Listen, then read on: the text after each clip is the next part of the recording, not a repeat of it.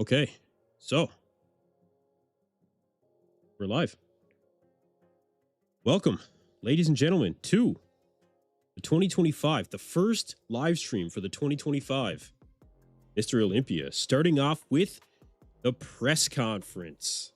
You guys, we got to talk about the weigh-ins as well. Wait for a few more people to get into the stream. Welcome, everybody. If this is your first time here, thank you for tuning into EP09 Bodybuilding. I am your host, Kenton Jardine, and we're going to be here all weekend long, giving you all of the coverage of the Mr. Olympia competition. Make sure you guys get into the poll currently in the chat. Nick Walker with a very early lead, 51% of the votes. You guys, let me know how you're doing. We've got a few things to talk about before they actually go live for the press conference. Waiting for that now. You guys end up catching the weigh-ins for the Classic Physique. Very interesting stuff. What's going on, Black Patron? Thanks for joining. Appreciate you being here. Daddy Gaines says, I think Andrew is winning. Yeah, you know, a lot of people seem to think that it could be Andrew Jacked that could end up taking home the win for the Olympia, which I think is a very bold, statement to make, that Andrew will win the Olympia, simply because we really have not seen very much from Andrew Jacked leading into this show. In fact, we've seen essentially nothing from Andrew Jacked leading into this show. To go from 5th place to winning could be very interesting. Now, he does have the tools to potentially show up and win, but it's all going to depend on what kind of improvements that he made. So the improvements that Andrew would have to make really comes down to muscle mass overall when it comes to the limbs and conditioning from the back especially. Andrew will never win the Olympia if his side shots are not significantly, and I mean significantly, improved. It's going to take some time. Black Patron says YouTube polls can suck it. There are more than 4 people that can win this year. Yeah, you know, listen, man, I hear you, okay? I hear you. But I think it is pretty well established that it is the top 4 that will, one of these 4 will be the Olympia champion this year. So my question to you guys is, which one do you have taken home the win? As of right now, still have Nick Walker at 44%. That is the general trend that I'm seeing, is that on this channel, people think that Nick Walker is going to win the Mr. Olympia, which, don't get me wrong, I absolutely love that stance, and I hope that Nick Walker does end up winning the Olympia. I really do. Thanks, guys, for getting in the chat. Make sure to hit the subscribe button. Check out BayouMuscle.com and use code EP10 at checkout for all of your supplements. Now, looking at the Classic Physique division on who ended up making weight and who didn't, more importantly. I don't know how many of you guys caught it, but the big controversy was surrounding Mike Sommerfeld, and Mike did end up making weight today. I've got a couple of things from Beyond the Stage TV asking about Mike Sommerfeld, and we do have confirmation that Mike Sommerfeld has made weight. A lot of people thought that he wasn't going to make it. I didn't think he was going to make it, honestly. I thought that for sure Mike Sommerfeld was not making weight. I thought there was no way in hell that he was making weight. His coach, Neil Hill, was very, very nervous about Mike Sommerfeld making weight. Very nervous. But he did end up making it. See what you guys think about that in particular. And you know me, I think it would be a sad day for bodybuilding if Nick wins the... Yeah, we can't all agree he was right. And it's... I don't think it'll be a sad day in bodybuilding, brother. That might be a little bit of exaggeration, but it depends on what Nick shows up with, you know? We'll see what he shows up with and how he looks compared to everybody else. What time is the press conference? Starts in about 10 minutes. We're just going to look at a couple of the things with Mike Sommerfeld in particular. There was some controversy around Mike actually storming out of the event after he ended up making weight, he got all his press passes, or not press passes, but he got all this information when it came to what he needed in order to access all the sensitive areas around the Olympia, took his information, and reportedly had just left without doing an interview. Now, I have seen some things floating all around online that he actually did go back to do the interview, although I haven't seen it yet. Yeah, not exactly sure. But it's funny when it comes to Mike, because now it seems like really no matter what happens, I think there's going to be an asterisk really next to Mike's name when it comes to the Olympia. I mean,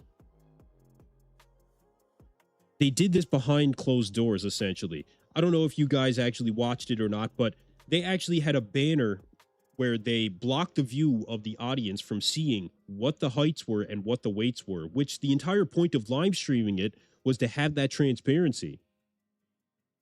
Apparently, we were not going to get that during this event. So, unfortunate that we did not receive the transparency that we were hoping for when it came to the height-ins and the weigh-ins.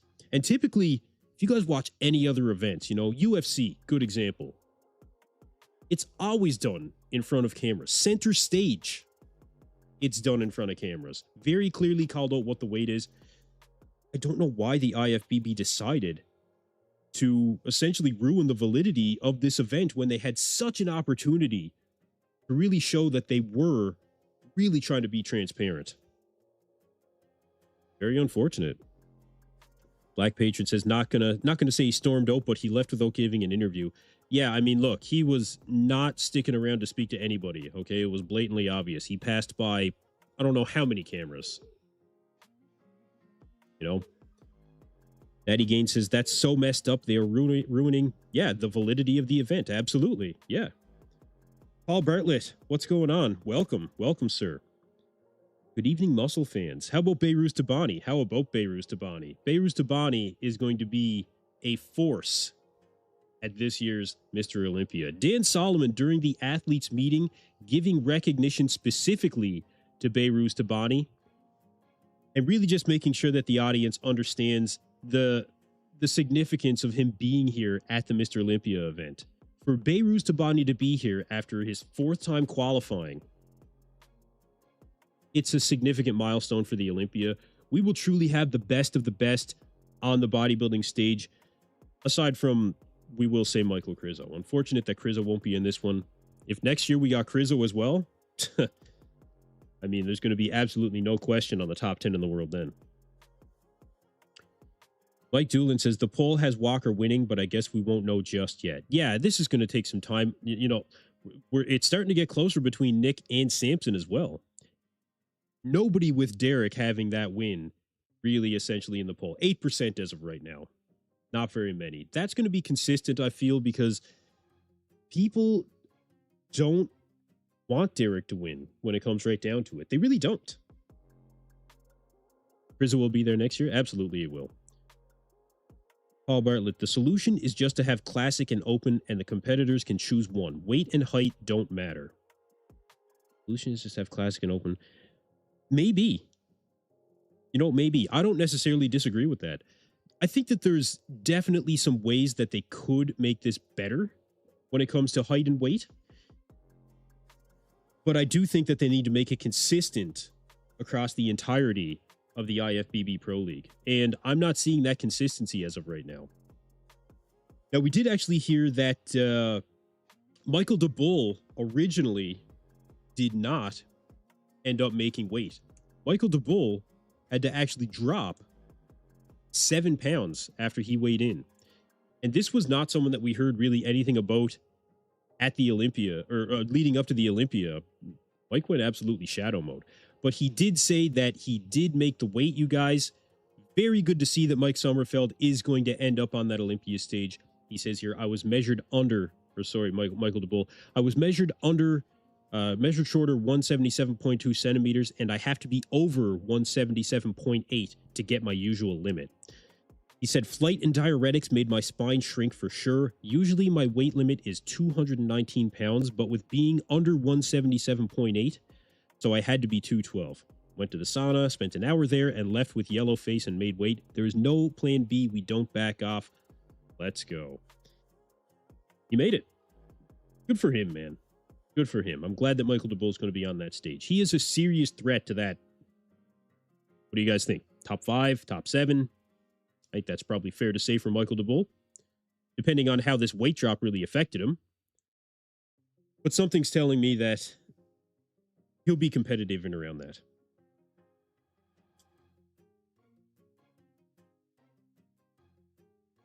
A lot of conversation circling around the Open, you guys. Let's check the latest the latest bomb dropped by Nick Walker. I'm sure a lot of you guys have seen this one already.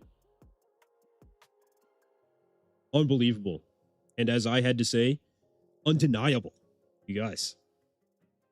Very, very impressive. Now, Nick has been dropping very impressive shots like this for quite some time.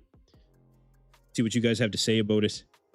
Why do people think Nick can win? Let me see. Bolt Cow. He lost in the judges' eyes to a poor Derek. Hadi is getting old. Samson or Derek to win. I believe in Samson winning. So I did predict Samson to win in my predictions video because I think that Samson is the most complete bodybuilder that's going to be taking the stage, and I think that he will be pretty significantly improved. Sorry, guys, just 1 second. I'm going to take this. I got a business call I got to take. 1 second.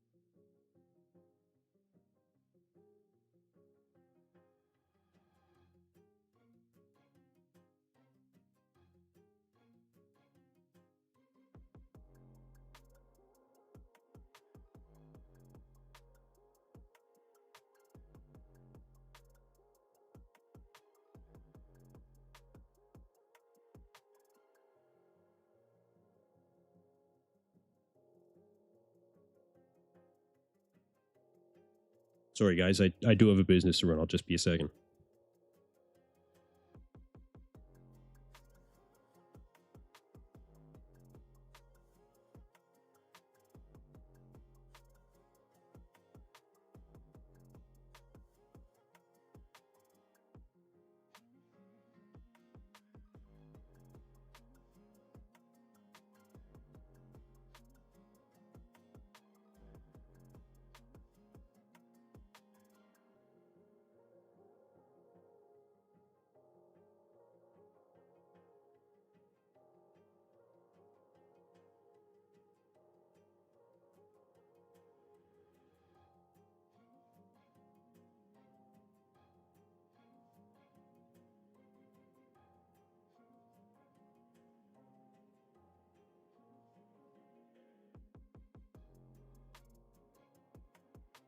Sorry, guys. My dive team was just out of the area doing a job, and apparently I'll have to be on site tomorrow with them. But then neither here nor there right now. Red Loop, I see you in the chat, brother. What's going on? How you doing? Funny thing is, Red Loop says, none of the OG Golden Era Classic bodybuilders ever had to make weight. Well, you make a good point there. You make a good point. That was a different era, though. I mean, when it comes right down to it, I think that we're talking about something where it's not the same playing field whatsoever when it comes to the knowledge of diet, drugs, coaches. Completely different ball game, you know. Paul Bartlett, don't worry, bro. You're doing live quadrants. We're hanging out ordering pizzas. Yeah, I got you, bro. I got you. For me, I'm quite prepared this time. I've got my Bayou Muscles protein shake, cocoa chocolate, really good flavor, and 2 rice cakes and peanut butter waiting for me. Not quite yet. I got about another maybe half hour. I'll be training after this, actually. Trustees Fangirl, love to see your stream again. You do the best, not gonna lie. Thank you very much. I appreciate you being here. I really do. Thank you. So Ramon Dino also making weight. Very happy to see that. Beyond the Stage TV is actually on the ground at the Olympia and is doing a great job with the coverage.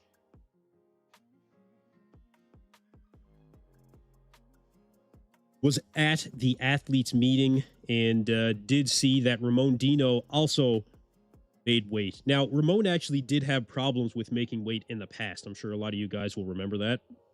Ramon, back in 2022, did not make his height and weight, and Chris Aceto, his coach, had to step in and have some words with the powers that be, and he ended up making it.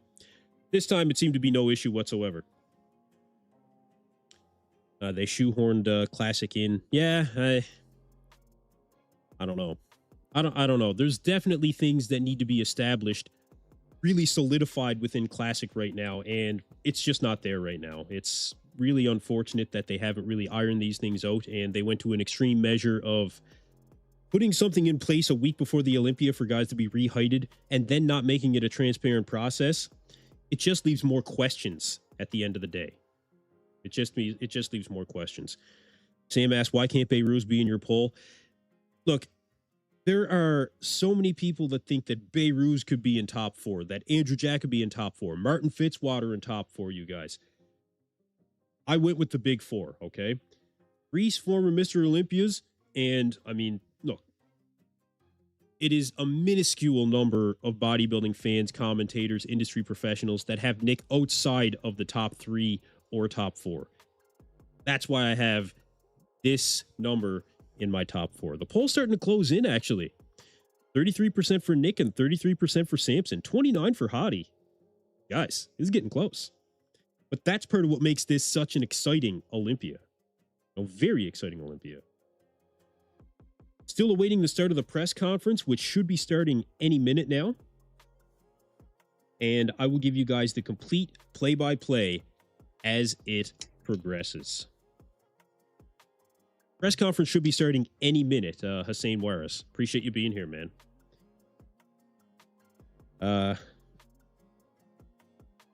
Red Loop says, my only point was that we are not seeing the best of the classic physiques. It's turned into classic weight cut.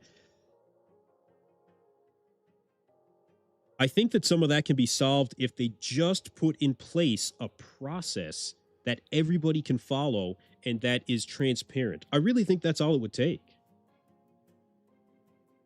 They just don't have it right now. Red Loop says, sorry, boys, Hottie's coming for it all. Maybe. Look, I wouldn't be surprised.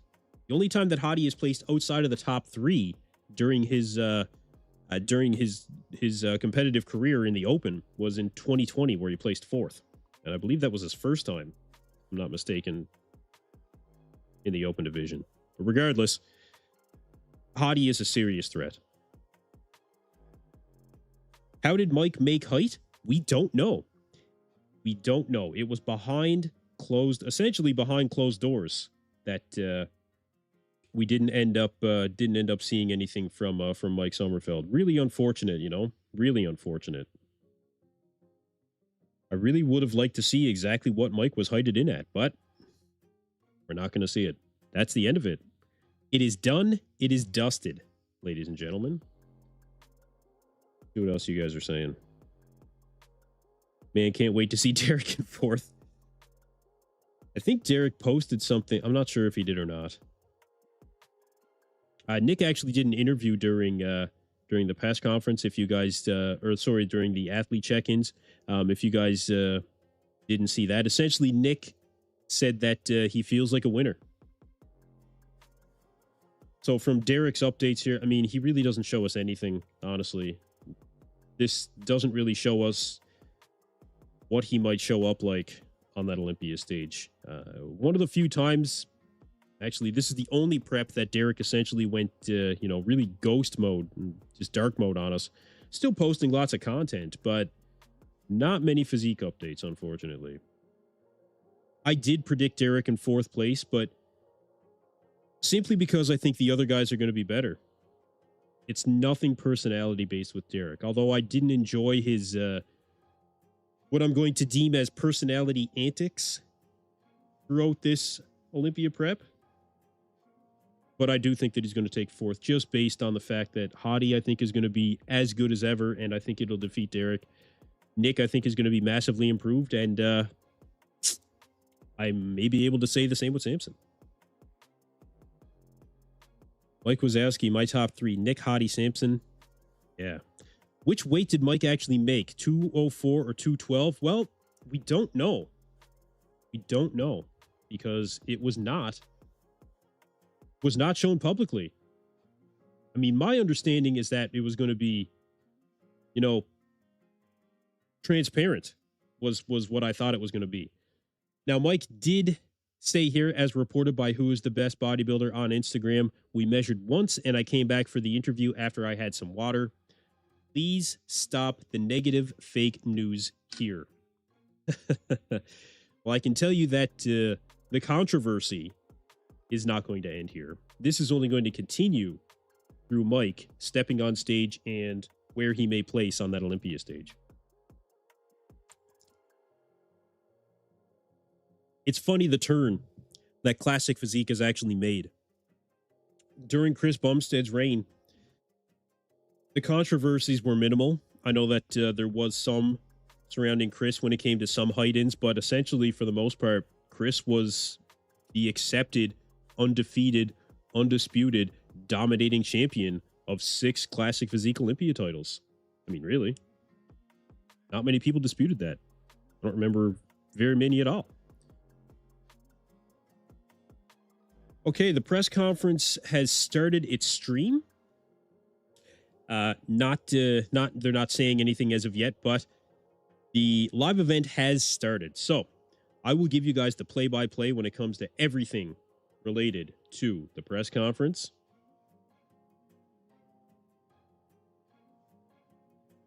And we'll see how it goes. I think it's going to be... Actually, you know, I'm interested to know what the format is going to be. I actually did message Bob Ciccarillo to try to find out what the format was going to be, but didn't end up getting an answer from Bob, unfortunately. I mean, that guy is a busy man right now, I'll tell you that. But we'll have to see. We'll have to see. Hopefully it's better than last year. Hopefully. Check out what you guys are saying in the chat. Thank you guys for getting into the chat. Appreciate all you guys being here. Dragon Cuss 69, what's going on, brother? Says, I assume Mike made weight by dropping to the lower height category. Not the same as last year, so he's definitely coming in smaller to the stage if that's the case. I don't know, man. Mike looks huge right now. I mean, Mike looks absolutely massive. Oh, the guy does not look small. I don't think he's going to be smaller than last year. Now, his coach, Neil Hill, did say that they were going through all of the appropriate therapies in order for him to ensure that he was going to make weight. But, I mean, look, he does. He looks huge. No, there's no denying that he does. Bob Chick is the busiest man in bodybuilding. Yeah, I would say. Yeah, Neil Hill was correct. They got blindsided by this shit. So, yeah, he was correct to be angry. Look, I don't disagree with the fact that if they were told last year... So, for those of you who may not be aware, apparently last year at the Mr. Olympia, all of the athletes and coaches and everybody was told that they would not be heighted in again this year. And then a week before the show, everybody was told that the re-heighting was going to take place. So I can understand Neil being upset about that. You know, I can understand that. They spent all of this time prepping based on information that was provided by the Mr. Olympia or IFBB Pro League, whichever one. And then they're told a week beforehand that they essentially have maybe 8 pounds that they have to drop. That's a lot of weight for a guy that's already this small. Although Michael DeBull dropped 7 pounds in an hour. Very impressive. But again, you're getting into dangerous territory. You know, you're getting into potentially detrimental health aspects there. And bodybuilding is already unhealthy enough. You know? But regardless, we did have these guys make the weight. Now, I did see that there were supposedly 10 other guys that didn't initially make their weight. And really, I know of Michael DeBull right now, but I was trying to find out who the others may be. It's not really being reported on from what I can see.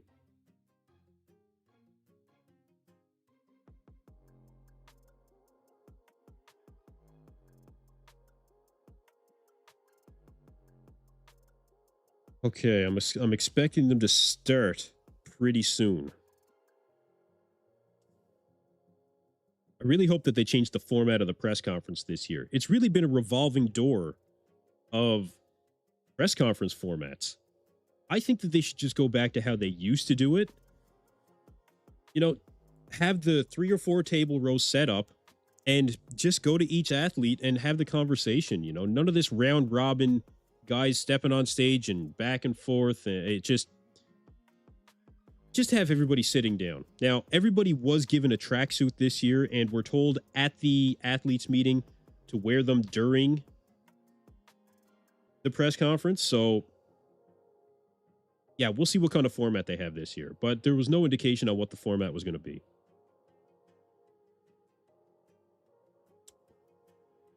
Loho, welcome, Loho. Thanks for being here. It says, yes, awesome physique, although I might slightly prefer Franklin as classic physique. So Logan Franklin is going to be an interesting one. A lot of people have Logan Franklin placing pretty highly at this year's classic physique Olympia. And I don't disagree. I think Logan is looking, I mean, really very classic. No, I think he is. All right. Sounds like they are going to be starting the press conference here. They're just starting to make the announcements, you guys.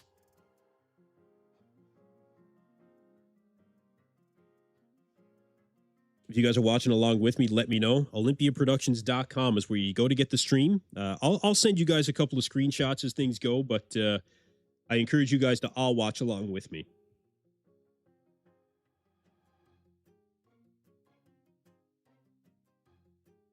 Black Patron, I'm gonna scroll up a bit. Let's see. If Sommerfeld has health issues trying to make new weight and height, that's a problem. Yeah, I think it is. Yeah, this is just it. It is a problem. It's pretty bad what they did to Neil, Yoda, Hill, and Mike. I think that it could have been done a better way. I can see being upset about it for sure. Like I said, there needs to be one solidified system. No, there needs to be one solidified system.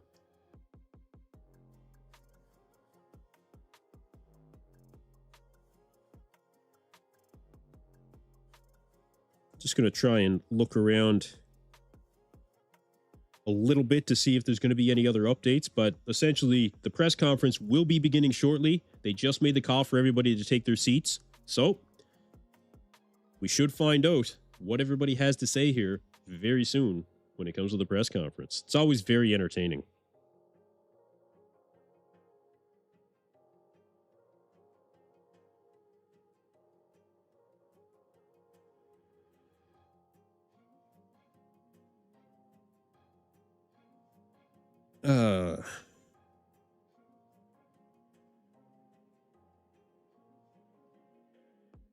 I'd really like to find out about who these other athletes could be that didn't end up making weight. Black Patron, had to buy the stream for full price since you didn't get the 100% discount code. Sorry, brother. If I was to do that, then I would 100% not have a channel. So, not something that we want to get into. Not something that we want to get into. I paid full price too, man. I didn't even get a promo code. I didn't even get one. Mike might take DNP, but Iblis won't. I don't know what these guys may be taking or not taking. I mean, you know that they're going to an extreme. That we know for sure. All right, they just made the call. The show is about to begin, you guys. I'll give you the play-by-play as things go.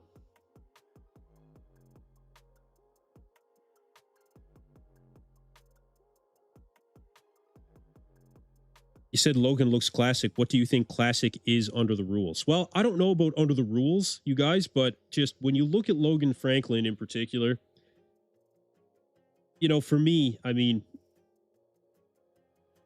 just the silhouette of Logan does look very classic to me. You know, I think that the big chest, round shoulders. I think he could use bigger arms. That's one thing in classic that I think he may be lacking. Not that his arms are small necessarily, but look, the guy's looking pretty good here. I just think that there's something lacking when it comes to maybe a fullness in the triceps that would really round out Logan's physique when it comes to classic.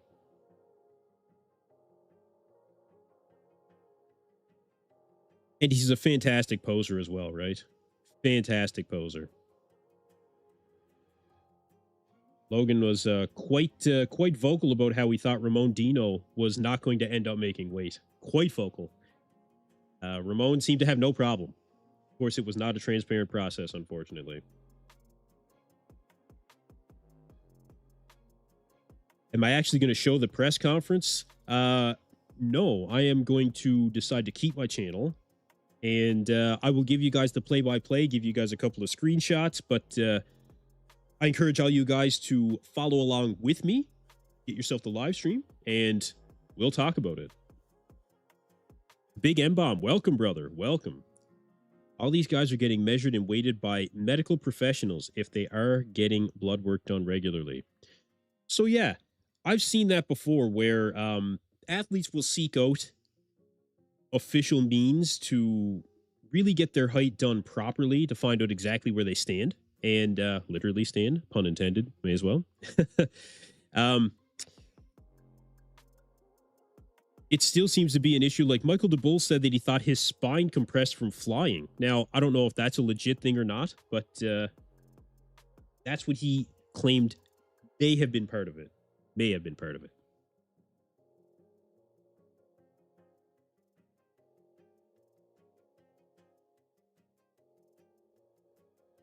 Just announced that the Olympia is sold out for tickets. The Olympia is completely sold out, you guys. No surprise there. I think it typically does sell out.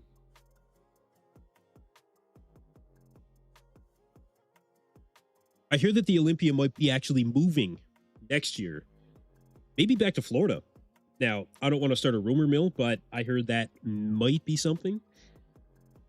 If it does, I will definitely be there. 100%. And I will be looking for a press pass.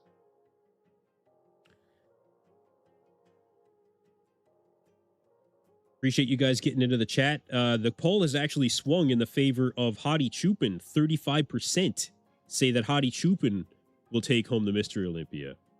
Nick Walker at 29% and Samson Dauda at 31%. Still not much love for Derek Lunsford at 5%. Could you guys imagine if Derek Lunsford ended up coming out and taking home the win? Could you imagine that actually happening? Man. That would be insane, you guys. Insane. I don't see it happening. But it would be crazy to see that happen. Should be only momentarily, and we will have the press conference beginning.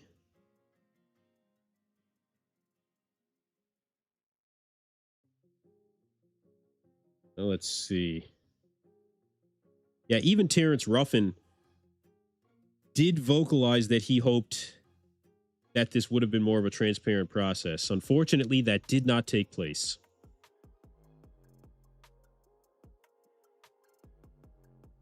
But Terrence looking to be at his best. You know, looking to be at his best.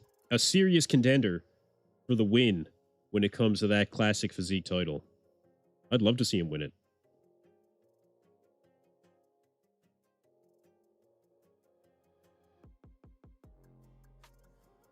Oh, let's see. Looks like they are going to start the press conference.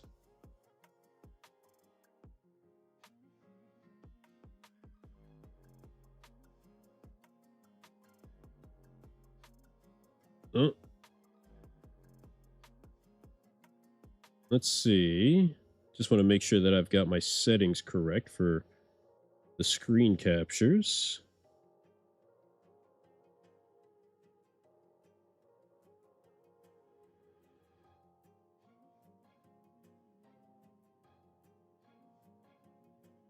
Yeah, they are actually beginning the press conference now.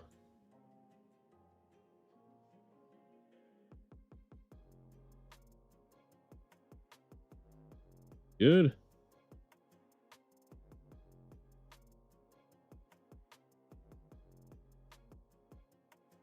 This will be it. Very good. This is all we see right now, you guys. That's it.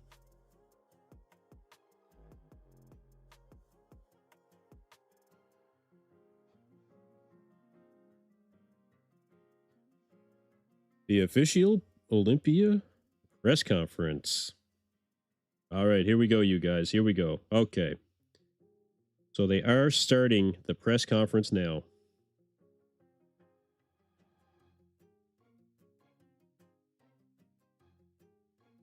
Who's going to be on the panel?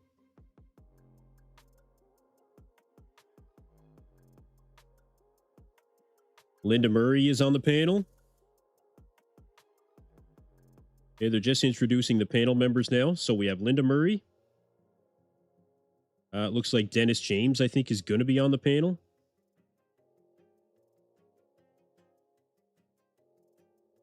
Fouad Abiad. Awesome. So Fouad Abiad, part of the panel for the press conference. That is excellent to see. Fouad is a great panelist when it comes to this press conference. I'm sure he's got some great questions lined up. Tarek El-Guindi, of course. Would not expect any less. And it looks like Dennis James. I think Dennis James is a good panelist as well. I like last year they actually had John Romano who was asking some questions. Although the format I didn't like last year.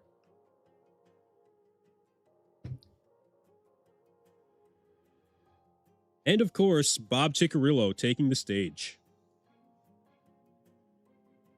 Yeah, it is cool for Fouad. I agree, Shorty. Shelty? Sorry about that. Yeah. No, it is cool. It's very cool. Loho says, that's why I don't see Ramon as classic. The arms are too distracting. Yeah, Ramon needs better arms. There's no question. Bob Ciccarillo taking the stage.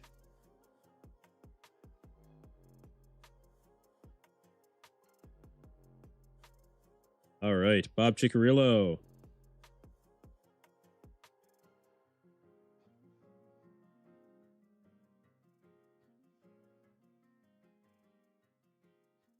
Oh, Bob thanking us on the pay-per-view. Thank you.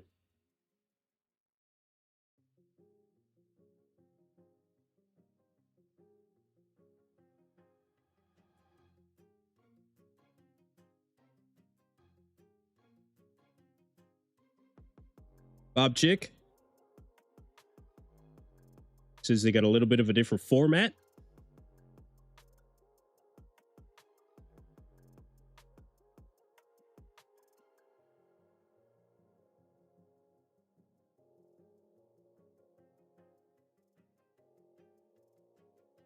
Bob just talking about who could potentially be the next Olympia champion. So we'll see how they do with the press conference so far. Not seeing the tables behind Bob like I was expecting or hoping for, I should say. It looks like they just have some coaches that are set up. This is very similar to what it looks like when it comes to the Sunday seminar. So I don't really know what this is going to look like. Explain the height-ins, Bob. Yeah, honestly. I will get Bob on the podcast again post-Olympia, and I will ask him questions about that process. So we will get some info on that, you guys, post-Olympia. And, of course, we'll have a hell of a lot more to talk about after that as well.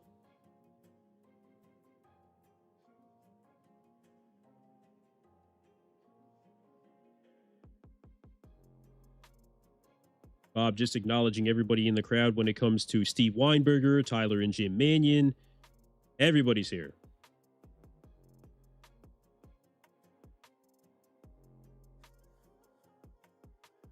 They'll start bringing out the athletes.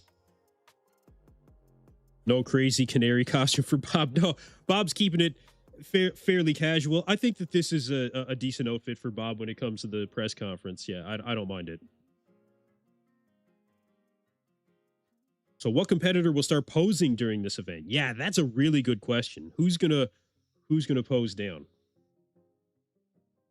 All right, they're bringing out Dan Solomon next. I guess Dan will have some words. No surprise there. Nice jacket, Dan. Where are you? One of those. So you just got to run the Olympia.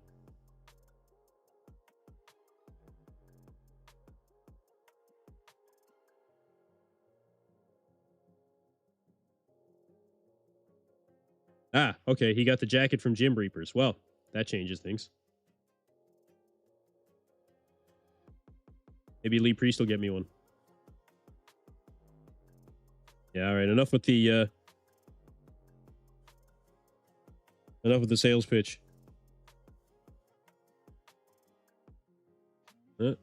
Dan congratulating Bob on another year of emceeing the Olympia.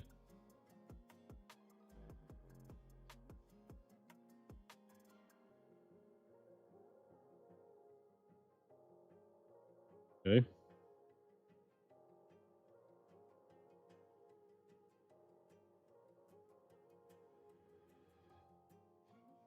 Dan wanting to acknowledge the hard work that Olympians have to do getting ready for the show.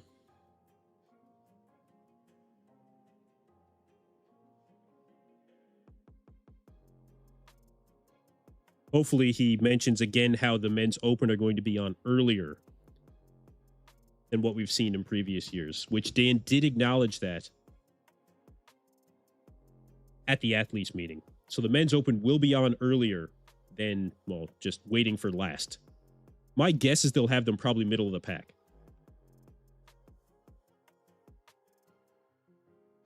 That's my guess. See what you guys are saying in the chat as Dan gives a little speech here. Bob is a good MC. Yeah, Bob is a great MC. Look, regardless of what you think about Bob's opinion or anything like that, like, he is a great MC. There's no question. Costumes are very casual, just like the classic weigh-ins. Well, the classic weigh-ins being fairly secretive, unfortunately. Dan Solomon is actually pretty big. Is he really? I wouldn't have expected that. Interesting. Did I see the interview Chris and Sean did with Keon? Yes, I did. Yeah, I did. Keon weighed in like 0.1 pounds under the limit, up like 11 or 12 pounds from last year. Yeah, I saw it. Oh, yeah. That's why Keon's going to end up going to open. Keon is not going to stay where he is now. He is officially maxed out. No, it's a done deal. Keon is at his max. Going to win 3 and then move on to the open. These two together look like they should be selling timeshares. I don't know. Bob sells a lot of stuff already, man.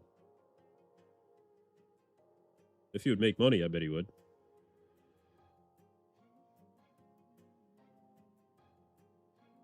Yeah, speaking about Dan's first book that he ended up writing, I actually do want to get a copy of it. Yeah, it's called Wind Fuel, yeah.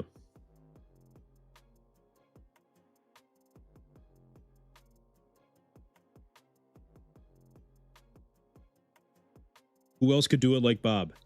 I don't think anybody could do the emceeing like Bob. There's some good MCs out there. You know, a lot of people say that Sid Faruqi would be good, and I think that Sid would be a good MC.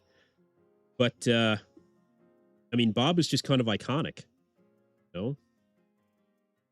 He's the Bruce Buffer of bodybuilding. Even though they had Bruce Buffer last year, which was actually pretty cool as well. I feel bad for those who didn't make weight in Classic. It must be devastating. I think that we're going to hear more about that as time goes on. We'll see. We'll see what ends up coming out on that. I'm listening to this with my neighbor, rapper Nelly. Yeah, honestly.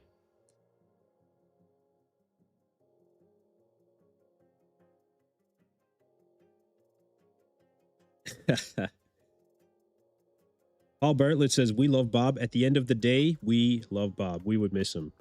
Yeah, Bob is very, very good at what he does. And in the podcast that I did with Bob, he spoke about how really he has to come up with things on the fly when it comes to being the MC at the Olympia. You know, when it comes to not only meeting these tight timelines in order to, you know, keep things running smoothly for the people that are there, for us watching at home, but, you know, just having to come up with things on his own. There's a lot of prep that goes into it, but you just have to be able to react to certain things, you know? So Bob is very good at that. Red Loop says Bob is the man. Yeah, Bob is good at what he does. Like I said, some people don't like Bob. It's just like some people don't like Derek. Derek could still win the competition, you know? Bob is still the best at what he does. Phil Heath coming out now for the press conference. I remember when Phil Heath used to be part of the press conferences as an athlete. Yeah, I remember that like it was yesterday. There was some very good press conferences with Phil Heath, you guys.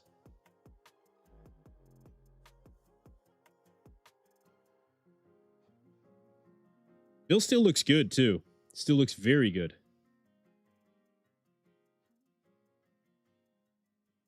Man, his arms are still fucking huge, man. No, Phil is not coming back. We will not see Phil Heath back when it comes to competing again, you guys. Let's get real. It's not going to happen. There's just no way. It'd be cool, but he wouldn't be competitive, honestly. I mean, he's still huge now, but no, we won't see Phil Heath come back. Phil should do a little posing. Yeah, I think Phil should. Yeah, that'd be cool. Again, he might hit a front double or something. That'd be cool. I would like that.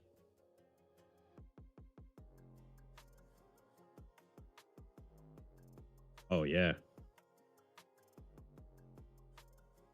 And Flex Lewis taking the stage as well.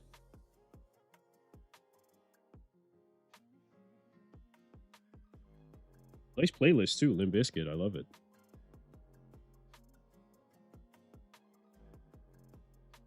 Yeah, Flex Lewis on stage. You know, it's funny because I feel like a lot of this stuff is just filler, you know? Like, how much filler stuff can they really have when it comes to the Mr. Olympia? I mean, it's cool to hear from these guys, I guess, but just we want to hear from the athletes. I mean, it probably is a different experience actually being there. You know, I may have more of an appreciation for it at that point, but I'd like to see the guys just I want to hear what they have to say. You know, to each other. I want to hear it. And I want to see who ends up hitting some poses too. Somebody's going to hit some poses. You know that someone's going to be hitting the poses, you guys. Last year it was Samson. We saw Michael Krizo do it. Ah, yes, and now they're bringing out Chris Bumstead. Chris Bumstead taking the stage with Phil Heath and Flex Lewis. Very cool.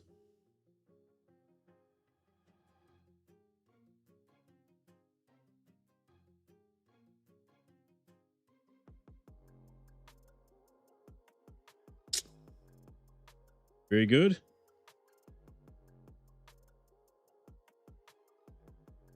These guys already had their time. Yeah, I don't necessarily disagree with that, you know.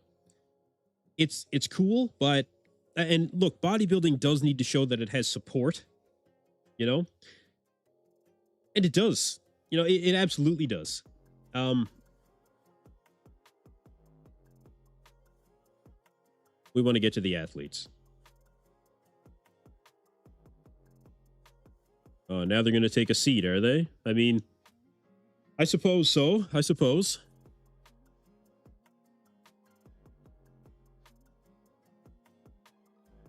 Yeah, there you go. Phil Heath just acknowledging that he will not be competing again. Bob kind of baiting a little bit.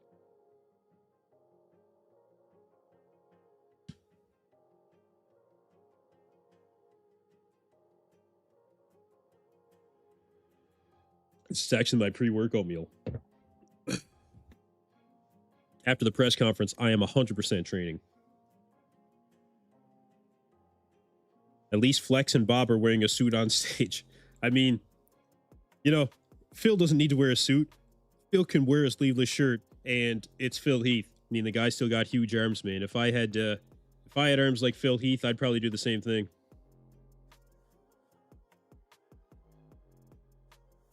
Yep, I'd probably do the same thing, man. He is. He's still huge, man. He's still massive in the arms. Unreal. You know what? I could actually do a slideshow. Why not?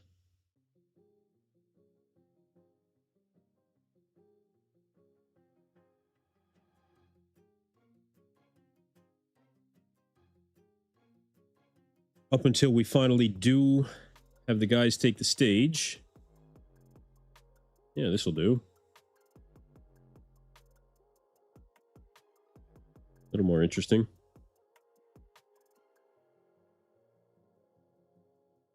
A little too fast, but there we go.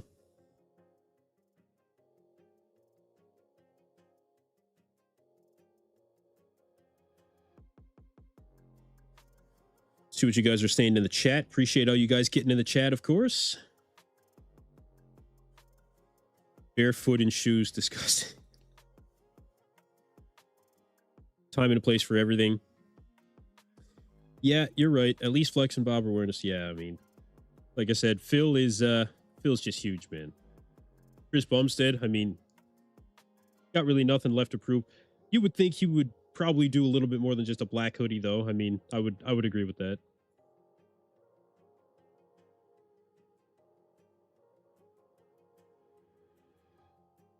This is a little bit different of a format when it comes to the press conference, that's for sure. If I'm looking at how many seats are there, I mean, how many are we talking that they're going to be able to fit? 3, 6, 9, 12, 15, 18, 21, 24, maybe 24 seats. And these guys are going to be sitting shoulder to shoulder. I mean, that's for regular size humans. It's probably more like fucking 16, honestly. I'm the only one that has the stream on mute. Am I the only one? Appreciate it, man. No, look, we want to see what the athletes have to say. You know, we want to see what the guys have to say.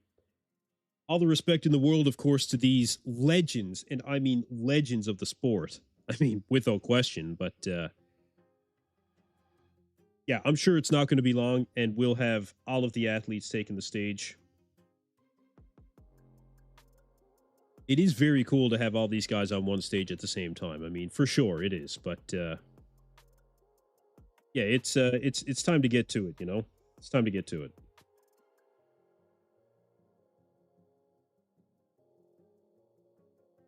Flex Lewis speaking out about some of the things that he had to go through in order to really get through his competitive career. I mean, look, cool.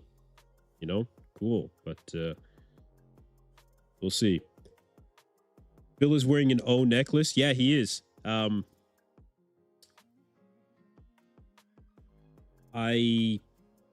don't know. Is that something he wears? Somebody said, Loho said he always wears that necklace. Does he really? I don't know. Will Derek and Nick go after one another? Maybe. Yeah, I think my guess is that Nick is probably going to have some words for Derek, but I don't think it's going to be anything extremely substantial, honestly. Because I think that Nick is just that kind of guy. You know, I think that Nick is going to be pretty cool, calm, and collected, and he's going to let his physique do the talking.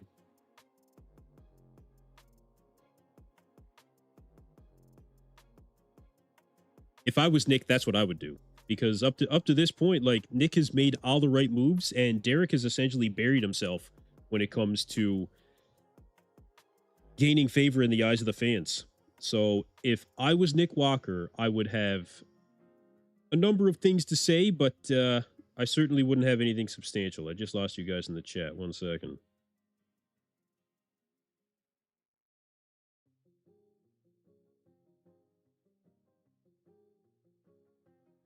Pop out.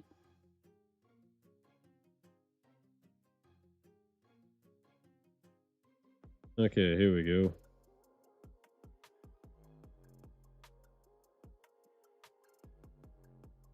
These guys still reminiscing about back in the day, sort of thing. All well and good. You know, all well and good. Nick is no stranger to talking. Well, you're not wrong about that.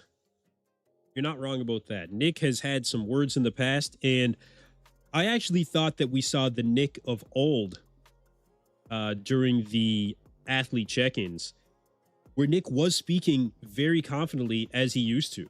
Now, I think that's because Nick was really feeling being at the Olympia again and knowing that he's going to compete, looking like what he's looking like, you know? I think that Nick is feeling very confident, and I have no doubt in my mind that Nick truly believes in his heart of hearts that he is going to be Mr. Olympia. And I think that he's on another level when it comes to that mindset, honestly. I don't think there is a single shadow of not even doubt, nothing else that comes into his mindset, honestly, except that he is going to be the winner.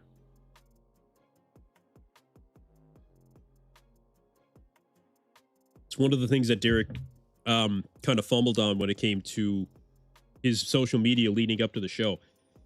Derek was giving what appeared to be the illusion of confidence. You guys might remember when he was training with Patrick Moore down at his gym, the Champs Elysium. He'd be saying things to Patrick like, "Come on, bro, Champa Bay, Champa Bay." Like, dude, you're in Tampa Bay, okay? Like, it just came off as just a little lame, you know, really lame, actually. The stuff that he said about Nick, how he did Nick a favor by standing next to him. I mean, look, Nick didn't need any favors, man. Especially given the fact that Nick arguably took home that win. We heard it from many people that Nick did win that show. Derek kind of shot himself in the foot a little bit, which is why a lot of people have Derek in fourth place based on personality. Looking at the poll again, Hadi Chupin currently in the lead. Very interesting, Hadi Chupin taking the lead in this one. Nick Walker with 30%, Samson Dauda 30%, Hadi at 35%, and Derek in a distant fourth at 6th place. See what you guys are saying in the chat. Black Patron, yeah, that's where I left off. Fast Time says, Nick always seems to be on the receiving end of someone else's shit talking. Yeah, because, you know, I think people are intimidated by Nick. And Nick has a big following that people can gain notoriety off of. You know, it happens all the time. It started with Blessing Awodibu back in 2022. Nick didn't really play into it. Nick didn't have to. Nick smoked Blessing on that stage. And it's not because Blessing was good. Well, it's not because Nick was so good, even though he was. But of course, Blessing just showed up so bad. You know? Haven't heard much from Blessing since then. He's never really been the same as when he won that New York Pro. Derek and Nick look funny in person, extremely short. I've never actually seen them in person. I'm only 5'7" myself. Paul Bartlett says, Nick is head and shoulders taller than Derek. Nick really isn't even that short. Yeah, I never took Nick as being kind of short, you know? Reminiscing is what Jay Cutler likes to do the most. Well, I mean, Jay's got some things to reminisce about on his podcast. That's for damn sure, you know? Jay's got some serious things to reminisce about. Like 5'7", yeah, okay. Black Patron, well, at least last year he was crying with a belly full of food. Certainly this year is an improvement. Fair to say.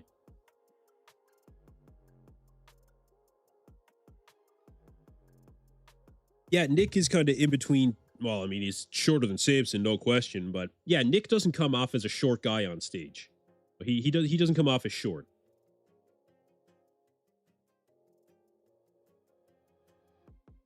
You guys are still speaking more, reminiscing on the past of the Olympia. I'm sure it's all very interesting. Let's get the athletes out here. I want to hear from Nick Walker. I want to hear from Derek. No, I'm not going to be patient about it. I'm sure it'll be soon, you guys. Hang tight. It will not be long. Four mirrors everywhere. You can even see him in the crowd. Paul Bartlett says Nick is going to win. Mark it. Well, we'll see. We'll see. I would love to see that. I would love to see that. Ganberizer, what's going on, bro? Welcome to the chat. Well, actually, 5'7" is close to the global average of height for men. You know, when it comes to bodybuilding, 5'7" is a decent height. If you can fill out your frame at 5'9", then you're really right in that sweet spot, you know? 5'9", it seems like the guys can be stocky, but not overblown at 5'9". That seems to be in around the sweet spot. You're not going to be outsized by the taller guys, even if they have filled out their frames, and you're going to make the shorter guys look even shorter. Oh, 5'9". Nick won Pittsburgh. Yeah, arguably he did.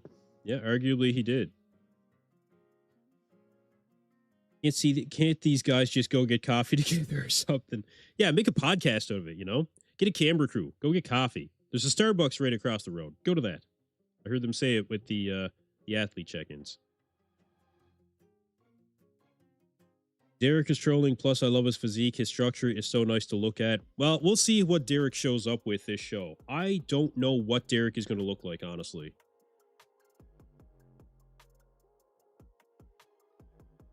I'm really not sure.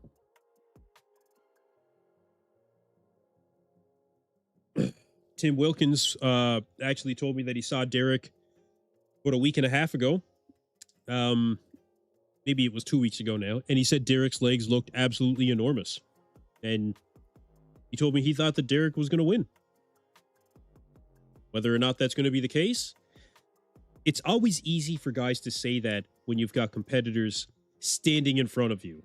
You know, when these guys are right in front of you and you have nothing else to compare to, I mean, well, Tim has been around the block. Tim has been around his share of mass monsters. But it's easy to look at these guys and just be like, holy shit, this guy's going to win.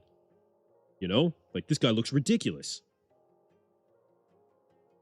Then you see them stand next to everybody else, and especially how they actually hit their peak, right? Different story. You kind of have to be able to look past some of that stuff. Accumulatively is what I usually try to look at when it comes to making a determination on how somebody might show up. You look at how they've shown up in the past. You look at what kind of changes they made this prep. You look at what they've looked like leading up to the show, if you have any indication of that, you know? Any turmoil in their camp. These are all things that I consider before I decide where my predictions are going to be, which is why, well, is part of why it took me as long as it did to put up my top 10 predictions. Because there's a lot to consider. And it's the Olympia, so I really wanted to consider it very strongly, especially in this competitive of a lineup. That's where I was at with it.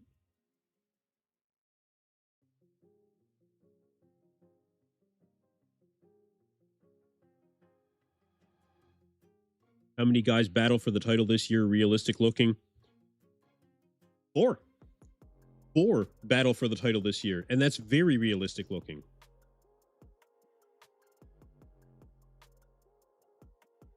I think that it could go between the 4. Nick Walker, Samson Dauda, Hadi Chupin, Derek Lunsford. I really do think that any of those guys could end up winning the Mr. Olympia.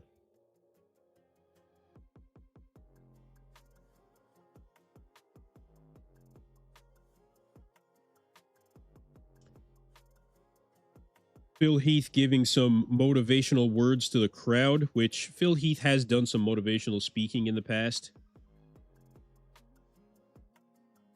All well and good. You can see that Flex Lewis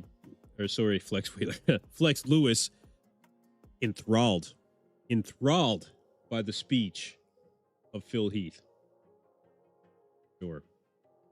Enthralled.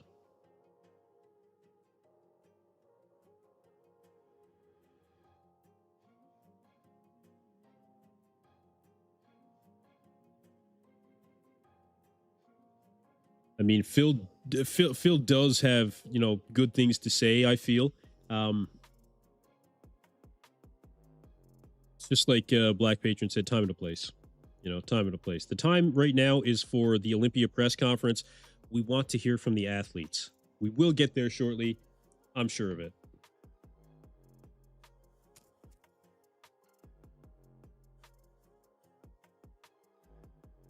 Yeah, good veto. Yep. Spoke about good veto. A lot of people upset that I didn't have good veto in my top 10, actually.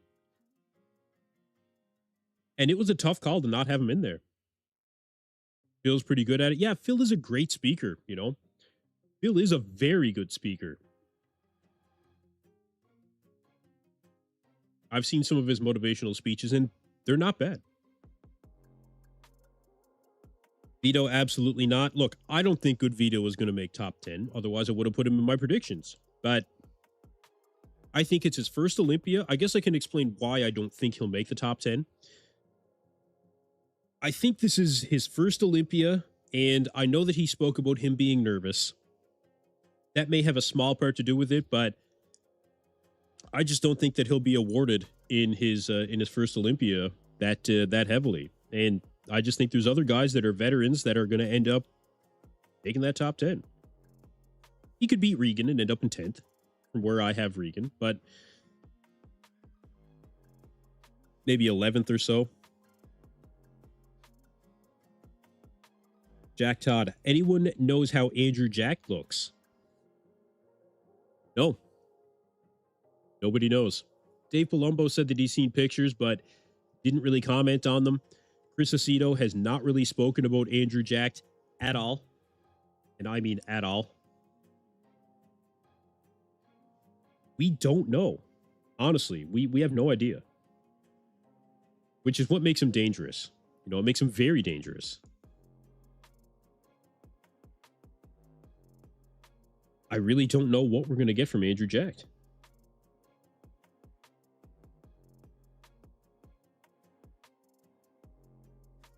They're now speaking with Flex Lewis. Flex Lewis giving his opinion on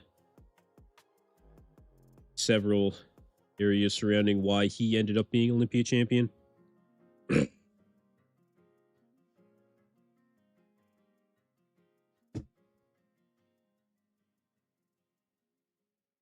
Again, all well and good, but Flex Lewis always sounds like he's about to cry.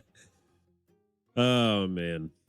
Look, he was a great champion, you know. He was a great champion.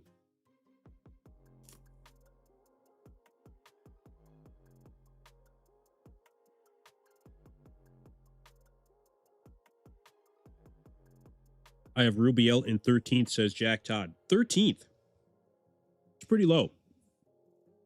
I've seen people have him lower. And I think that the conditioning is really going to affect Rubiel Mascara. I don't think he's going to have the conditioning to make it into the top 13. I got him a little bit lower, actually.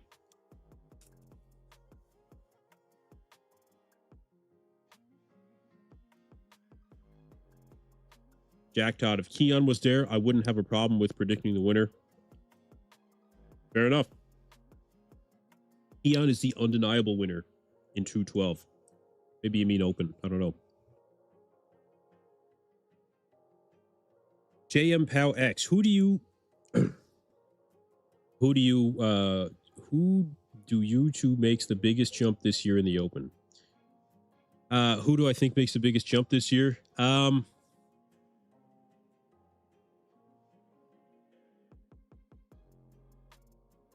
I don't know of anyone that's going to make a substantial jump from where they placed last year to this year. I mean, if you go down the list, Samson, who won last year, I predict winning. Nick Walker, I have in second. Now, Nick, the last time he was at the Olympia, he took third. Hadi Chupin, I have in third. He's been there before. Derek Lunsford, I have in fourth. He was third last year, so that's a drop. Martin Fitzwater, Andrew Jackson, fifth. He was there last year. Same thing. Martin Fitzwater, I have in sixth, and he was fourth last year, so that's a drop. Seventh place, Beirut Tabani. It's his first one. Eighth place, I have William Bonac, and that's typically where he's at. Ninth, I have Tony O'Burton, and he was 8th in 2023. In 10th place, I have Regan, and he finished 9th before. I don't think there's a substantial jump from anybody. It's kind of interesting. Even though there's not a substantial jump from any particular competitors, it's still one of the most competitive Olympias of our time. Interesting. All right, so apparently Phil Heath, they just started playing some music, which is usually an indicator that the time has expired for this portion of the press conference. Phil Heath spent too much time talking. Flex Lewis spent some time talking, but Chris Bumstead not getting enough time to really say anything. Bob Ciccarello tried to give Chris Bumstead his time to speak, but I guess they're out of time. Sadiq Faruqi, I believe, is who's doing some of the other announcing behind the scenes. Kind of barged in mid-sentence from Chris, and now is announcing some of the athletes coming out, you guys. Brandon Curry, the first one to take the stage.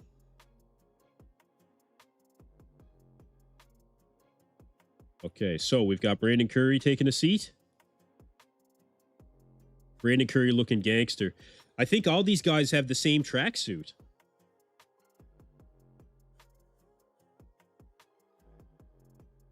Adi Chupin, the next one to come out. It's funny, Phil and Flex and Chris are all just kind of standing in the middle of the stage, and they're not really sure what to do.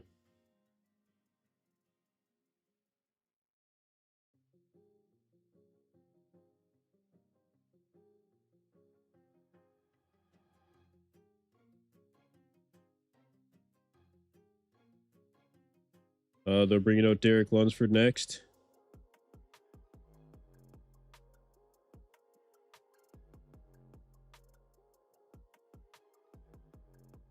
Derek Lunsford taking the stage.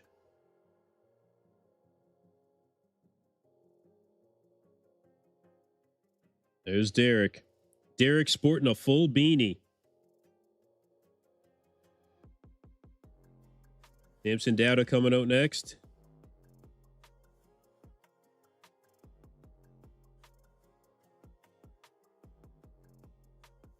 Samson Dauda being the first British bodybuilder since Dorian Yates to win the title.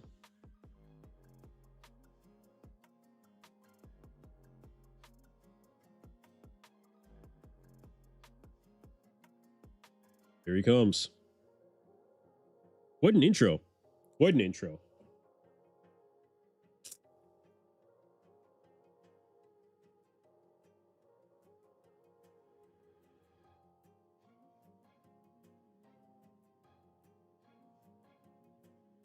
I think they're only going to have maybe 8 or 10 guys that are going to end up in this press conference, you guys.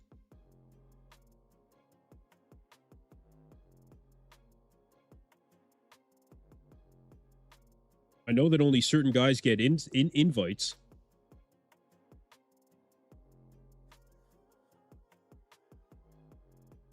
Bob's telling Chris he's got to stay on stage.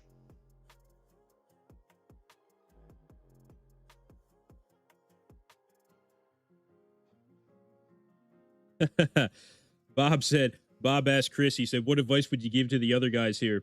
And he was like, they're already Olympia champs. Like, they don't need advice from me. That's true. Yep, that is true. That's funny. I like that. Okay, so they're starting out with the 4 Olympia champs.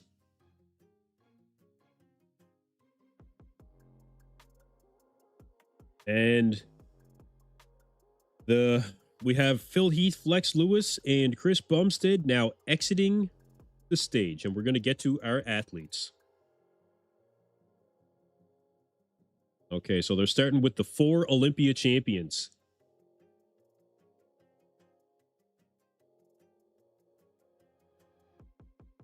How's this going to work for Hadi? Hadi doesn't have his translator with him. Oh, there's his translator. Okay.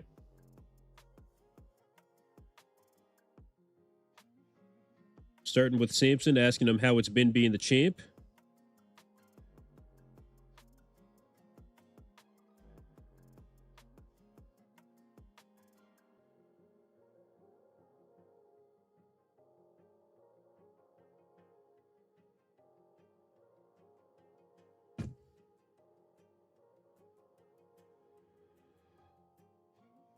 Okay. Samson basically saying that he just, does things his way, and that's how he's always done it.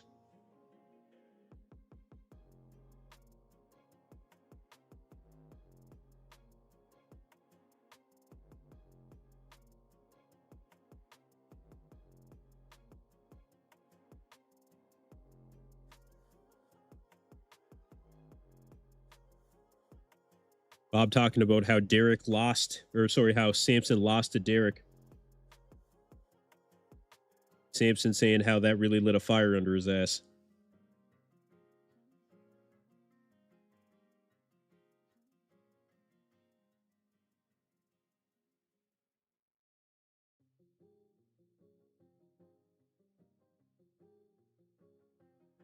Nick is still contemplating a pulling out, I guess. Nah, I don't think so, bro. I think they got this all set up the way they want.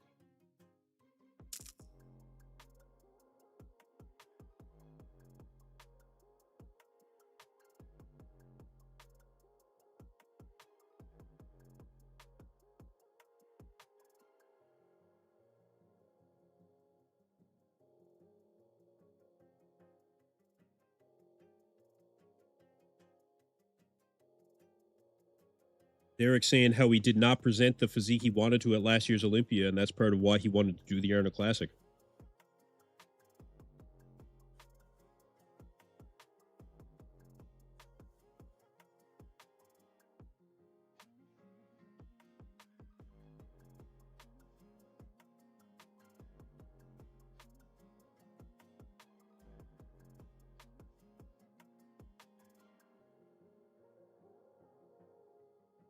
Derek saying that the reason that he wanted to do those 2 shows was so that he can really solidify the fact that he is a true champion, essentially.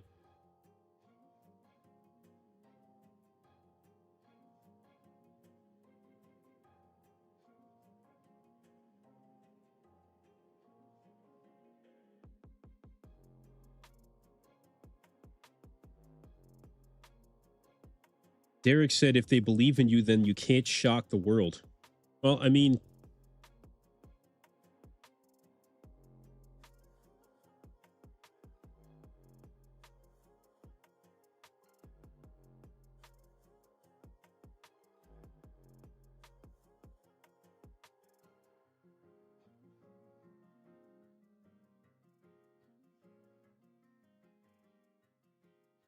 we'll see.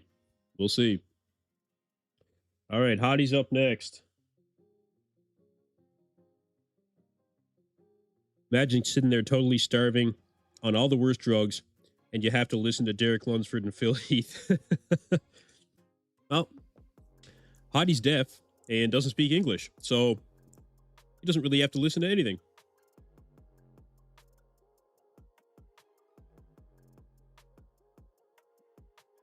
Yeah, Hottie doesn't have to listen to shit. Think about it like that. It's kind of funny.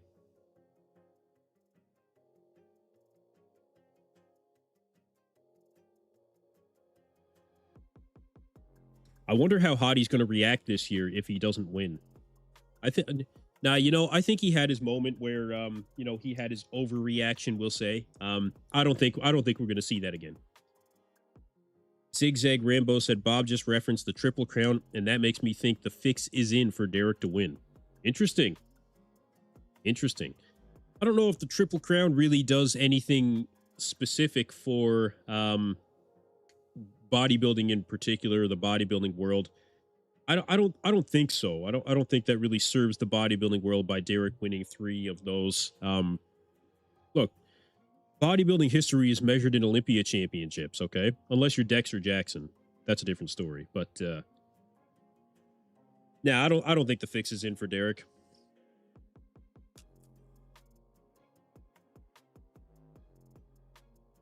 Jack Todd says, Derek, in my opinion, is a bit too serious with all this. I think he's been a bit too goofy. Yeah, I think Derek has played this, and the damage is done now. I think Derek played the game terribly. But it is what it is. Yeah, he does have a cochlear implant. Yeah, he does. Yeah.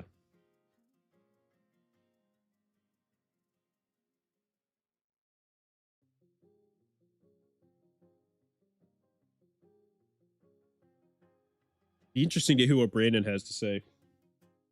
No, Brandon, I saw some updates of Brandon, and he is looking pretty good, but I don't know. I mean, look, I've got Brandon outside of my top 10. You know, maybe that's a mistake. But I mean, look, having good veto to my top 10 might have been a mistake too. I don't know. Setting up the Triple Crown. No one has ever said Triple Crown until this year, and Derek barely, if beat Nick in Pittsburgh. Yeah, Derek came up with this Triple Crown thing. No, I don't think the Triple Crown thing is going to be a legacy thing, though. Honestly, I don't see it.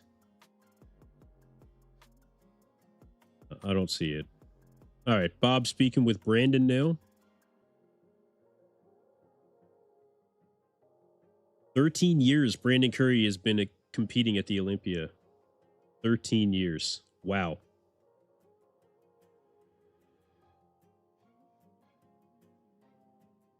Unbelievable. I think this is going to be his last. What do you guys think? You think this will be Brandon's last Olympia?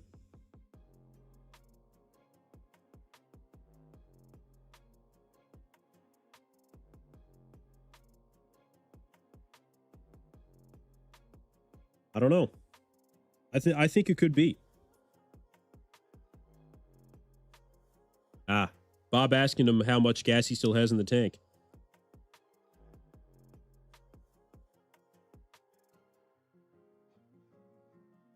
Brandon thinks he can still keep going.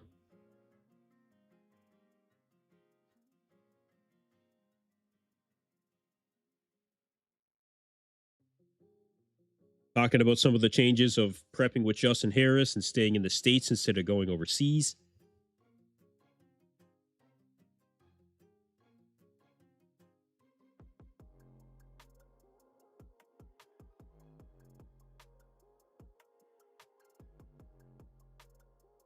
Brandon thinks he's going to do well. Brandon Sealskin Curry. I haven't heard that one before. He's never been diced. One time. And it wasn't even that diced.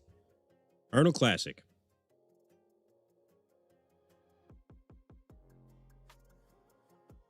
But look, Brandon's a good ambassador. I don't think I don't think he was the greatest ambassador when he was Mr. Olympia, but I think he wasn't bad. I think he wasn't bad.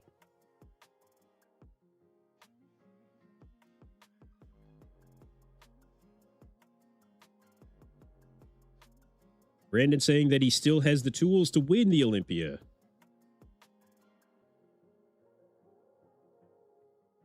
We'll see.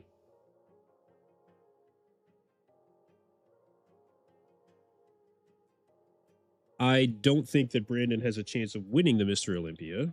I think that's a little bit unrealistic, but we'll see.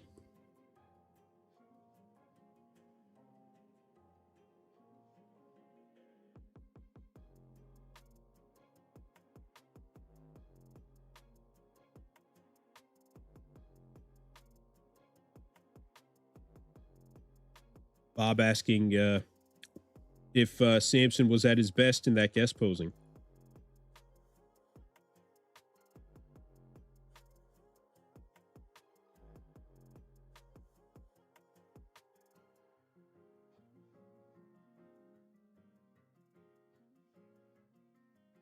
So that's exactly what I've been saying. Samson saying that the goal was really very clear from the judges, that he just needs to come in shredded.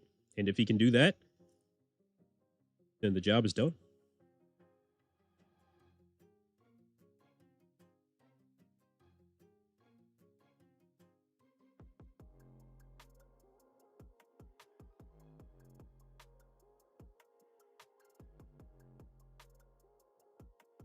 Haha. Derek's mic didn't work. That's funny.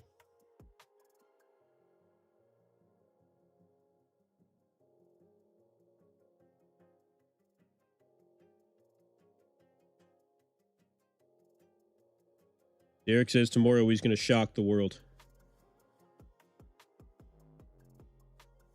They're going down to the panel.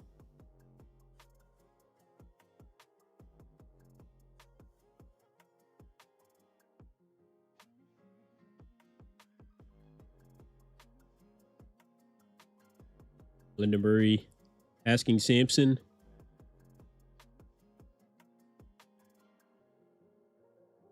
Asking Samson about the money.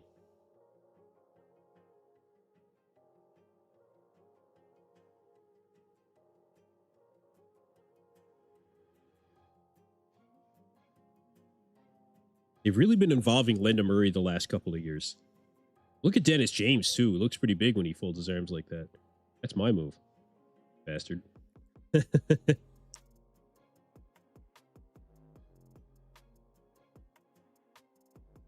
Derek is looking crazy from what I heard.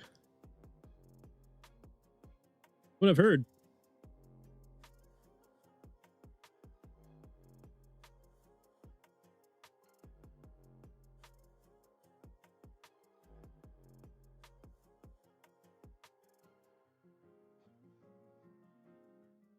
Yeah, I think Samson is kind of ducking the money question. I mean, look, we all know that he's made a ridiculous amount of money so far, and that's what happens when you're Mr. Olympia. You've heard it from many sources. You can monetize that for life, being Mr. Olympia, okay? You're set.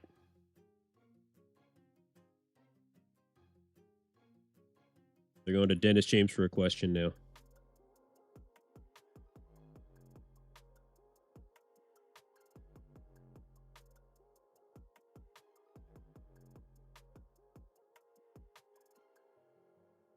Dennis has a question for Hottie.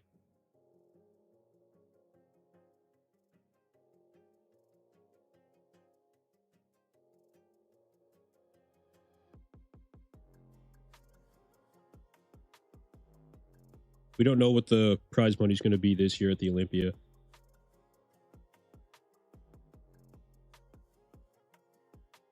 Okay, Dennis James is asking Hottie what was going through his mind over there in Iran while he was watching Derek beat Samson and then Nick going up against Derek. You know, asking him what he thought about it.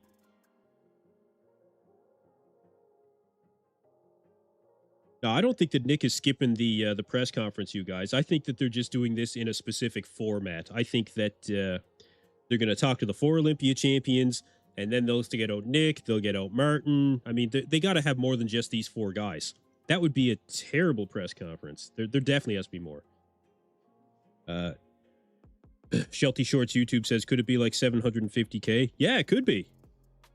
Could be $1 million. Could be $1 million this year. Absolutely, it could be $1 million this year.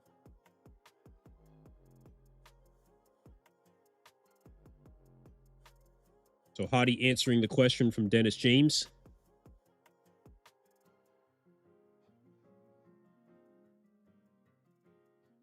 Saying he says a lot of expectations for himself. Respects all the champions.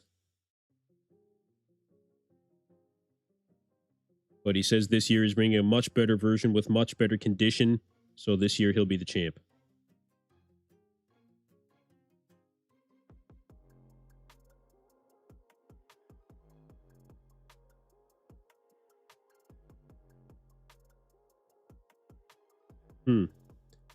All right, last word from Samson.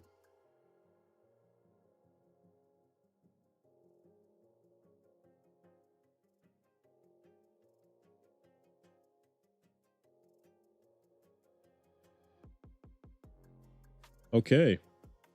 So, we've got Derek, Samson, Hottie, and Brandon exiting the stage. Now they've got Martin Fitzwater coming out. Okay, so Samson, Derek, Hottie, and Brandon exiting the stage, and now Martin Fitzwater taking the stage. Okay, Martin Fitzwater on stage. They're now bringing out Andrew Jack. Andrew Jack taking the stage. And you guys, like I said, we've heard nothing from Andrew this entire prep. And I mean nothing, okay? Am I still doing streams with Mark's Max Muscle? Oh, yeah, I am, yeah. I've just been very busy, and I wanted to concentrate on the news updates during the Olympia time, so we're going to get back to podcasts very soon.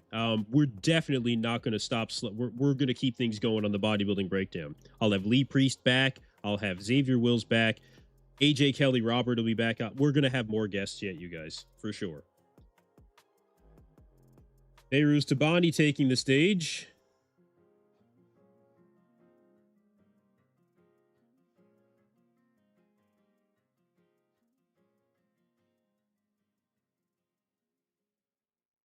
Who else will we have?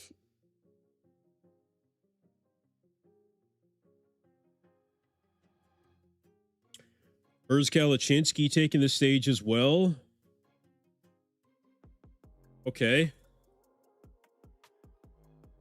Martin actually looks surprisingly good. Yeah, Martin does look good. For sure he does.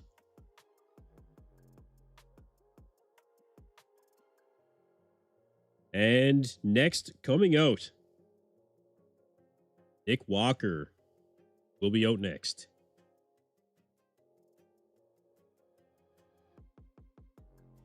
Nick getting huge, huge applause from the crowd, you guys. Huge.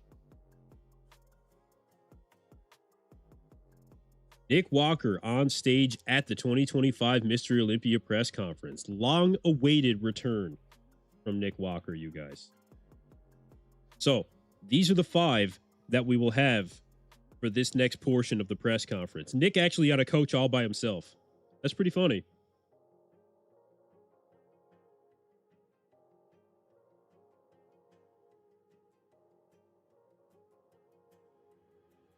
Okay, they're heading down to the panel. Tarek El Gindi gets the first question. No, sorry, Fuad.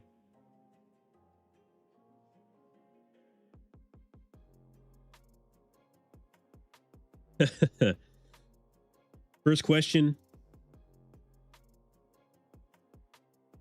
First question goes to Fuad Abiad.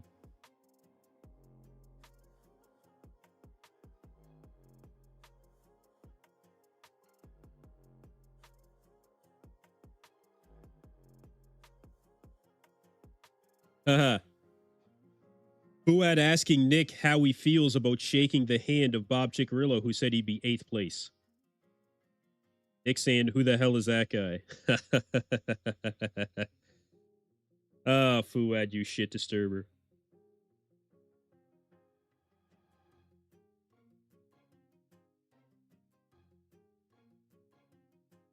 Yeah, he's got a real question. Okay, come on, come on. Let's go. Nick won't win with no hair. Why do you say that, Jack Todd?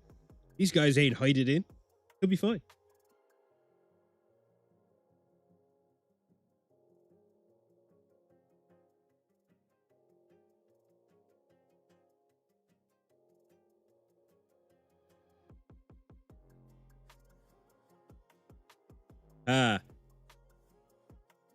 That's hilarious. Bob just asking if he would want anybody else announcing Nick the winner on the stage, and Nick just kind of smugly saying, yeah, Bob, I would take you.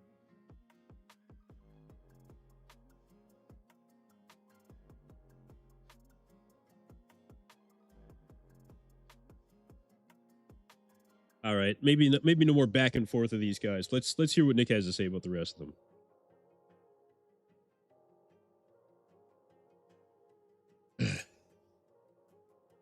It's not talking shit. It's all jokes. Oh, yeah, I know, man. I know. It's all in good fun.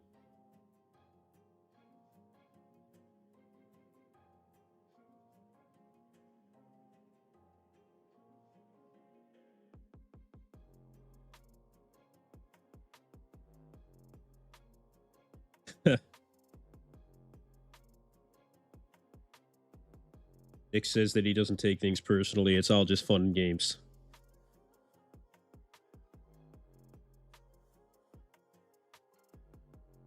Nick, Bob asking what he thinks Nick's chances are this year. EP, if Nick wins, you should shave all the way too, brother. Maybe. I was gonna get a haircut today actually, and didn't end up making it. I ran out of time. Had to get the stream done. I'll get one done before Saturday. I got to be on a dive site tomorrow, I just found out. The joys of commercial diving. Another day delayed. It is what it is.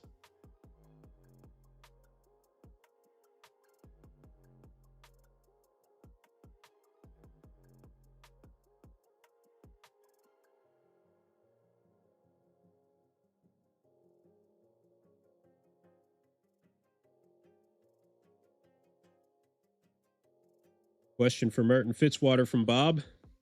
Basically asking if Martin thinks he can beat Nick. Martin's saying that if he's on, he can beat anyone.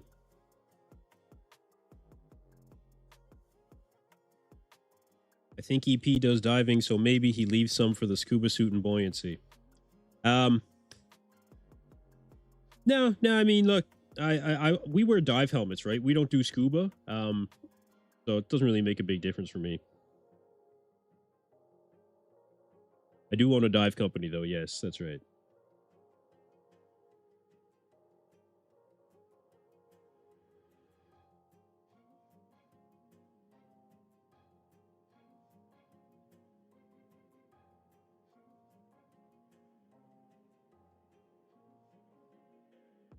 Martin must be really depleted because he seems pretty shaky.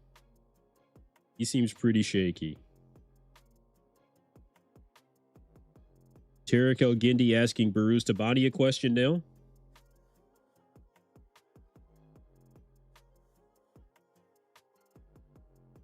Tarek asking if Beirut thinks he'll be in the top 5 this year.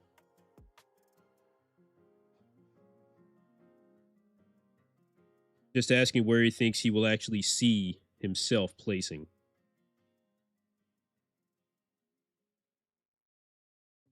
I wonder what Beirut is going to say. He's probably just going to say that he's happy to be there after missing the Olympia 3 years in a row. Martin is so depleted the stream got dehydrated. Yeah, honestly. Oh, Beirut speaking English. Saying today is the best day of his life. Very good.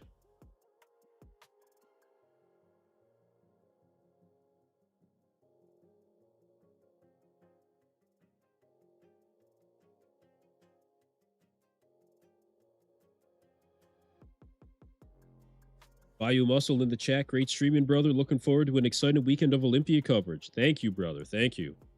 Looks like I won't be here for the 212 coverage tomorrow. I just got a call that I will be on a dive site. I'll be underwater while the 212 is happening, I would say. But I will definitely be back for the prejudging. So make sure you guys stay tuned in right here. These are the demands of being a company owner to, commercial diving in particular. When the ships call, you got to go. And things get messed up all the time. But look, I am going to have a ton of coverage all weekend long, and I've got everybody else covering me this weekend. So these are just one of those existential circumstances. Regardless.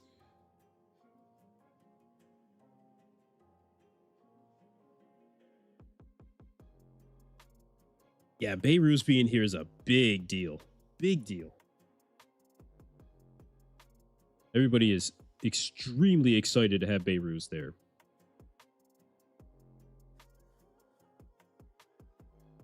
Wonder what Andrew's going to have to say. Because Andrew said nothing this entire prep. I don't think he's going to say much here. Oh, I had Beirut in 7th place. Rahul Balfa, I apologize. What position do you have Beirut? Curious to know. I think it will be a real giant killer this year. 7th place. That's where I put Beirut. Behind Andrew and Martin. Well, Martin and then Andrew. Loho says, hopefully you're not 212 feet underwater, EP, when the 212 is on. No. I'll be like, I don't know, 20 feet underwater. We have a ship that has to be docked onto a cradle. So basically they have this wooden cradle. They put it out into the water. The ship goes onto the middle of it. I'll have to dive down and just basically line the ship onto the cradle so they can bring it out of the water.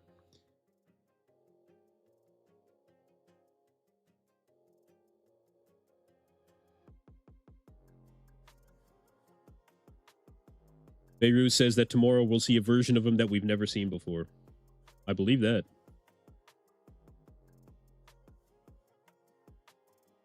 Paul Bartlett says he's time to find the original Sandow. Look, if I find it, I'll let you guys know. I found some pretty cool shit underwater, man. They're going to have some questions for Urs Kalachinsky now.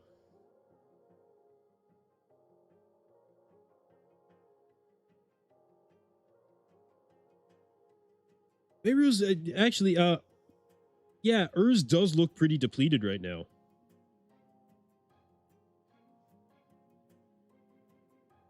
Wonder how Labrado will come back. Yeah, I have no idea what he's going to look like, man. No idea. Just going to check the poll quickly again, you guys. Just over 1,700 votes. Very tight race between Hadi, Samson, and Nick. 33% for Hadi, 30% for Samson, 31% for Nick. Much closer than I thought it would be. Much closer.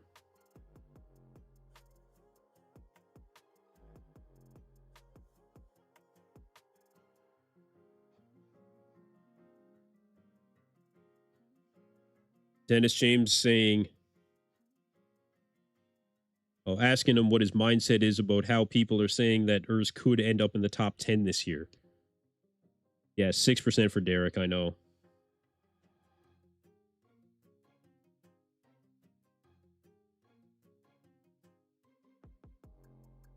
Urs talking about how it's been hell for him to make weight the last couple of years.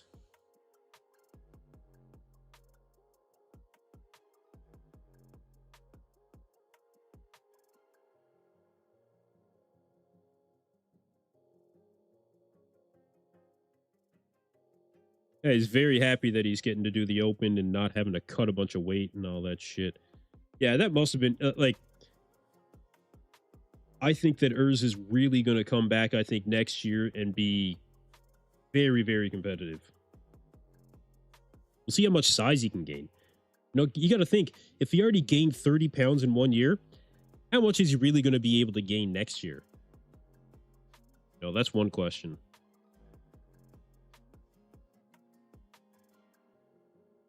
Sorry, Urs, but the Allies will not allow a German invasion this year. Well, they let the Iranians in. I'm going to be so pissed if Derek wins. Man, I don't know. I'm going to be shocked, for sure. All right, Andrew jacked.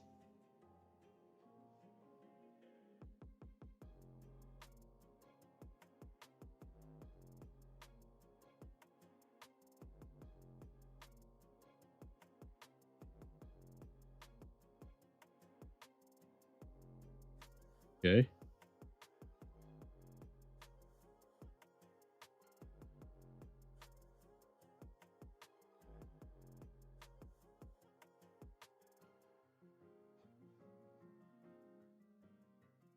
Okay.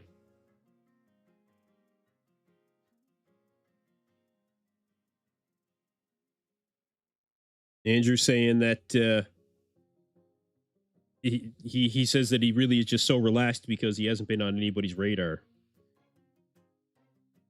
And he thinks that he can win.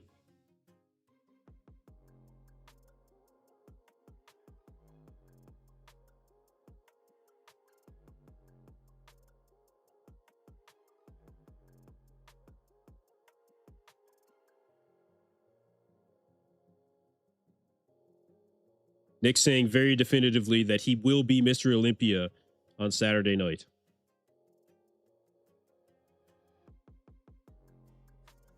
Okay. There you go.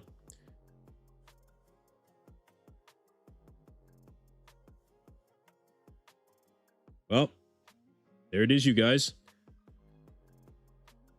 They're now bringing out the bikini competitors.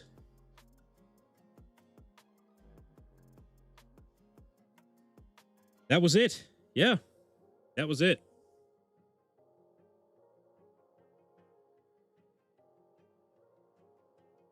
Black Patron. What time is it where you live, brother? I'm interested. Well, good riddance. I need to get some sleep either way. What time is it where you are? I'm actually going to start my pre-workout here. Once my pre-workout kicks in, I'll look at maybe I'll look at getting out of here. They might do 212 or classic or something like that. I don't know, you guys, but it's only 10:30. Okay, that's not bad. You must be in the UK. That's my guess. Is the UK over there somewhere?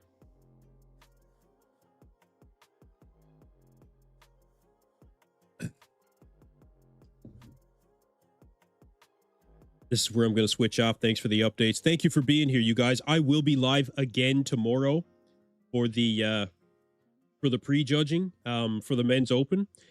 And you guys, it is going to be a ridiculous show. I'm telling you right now. Like, make sure that you guys tune in here, subscribe to the channel. You guys, it is going to be a ridiculous live show. I'm telling you right now. This is an Olympia like we have never seen before. I'm telling you right now. You don't want to miss this one. See a lot of you guys around 10:30, 11:30. It's going to be late for you. Actually, it'll be early for you guys, I guess, if you're going to be catching my stream tomorrow.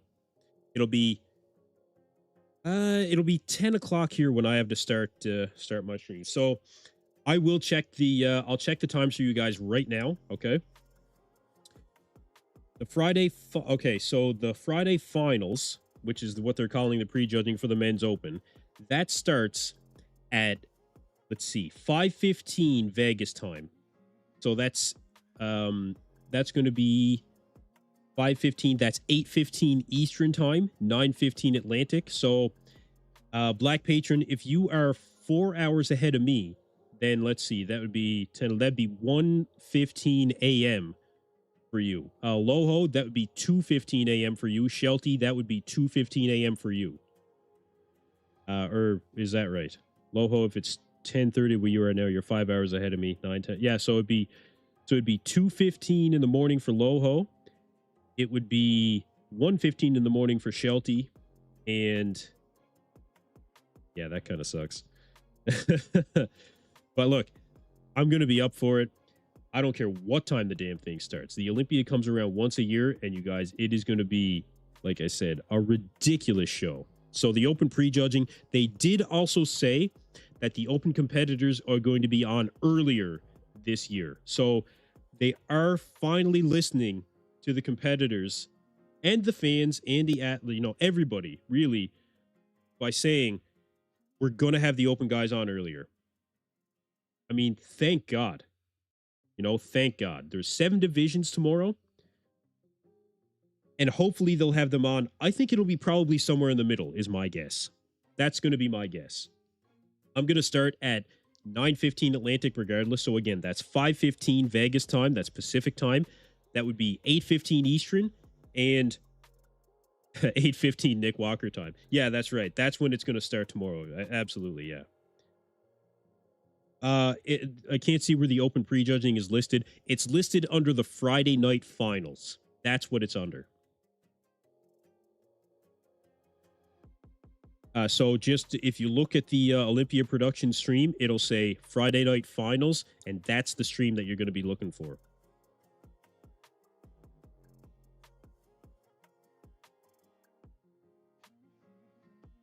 So yeah, very cool. Very cool. It's going to be, honestly, you guys, an Olympia for the ages, and I don't want to understate that. I don't. Yep, under Friday finals. Yeah, that's right. Yep. No, so it says plus Mr. Olympia prejudging. That's the one that we're going to be watching for. It's going to be the 212 finals, and then they'll do all the other categories. You got it. Okay, you got it. Good. Okay. Yeah, it's different when it's not called prejudging, right? It kind of messes with you.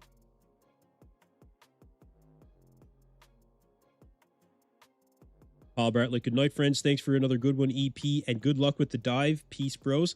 Thank you very much, man. I appreciate it. Honestly, it's a dive that I've done so many times now. Like, it's not a difficult dive. Just we have to drive 4 hours to the client site, do the dive, drive 4 hours home. So I'm going to have a day tomorrow, let me tell you. But all going to be worth it.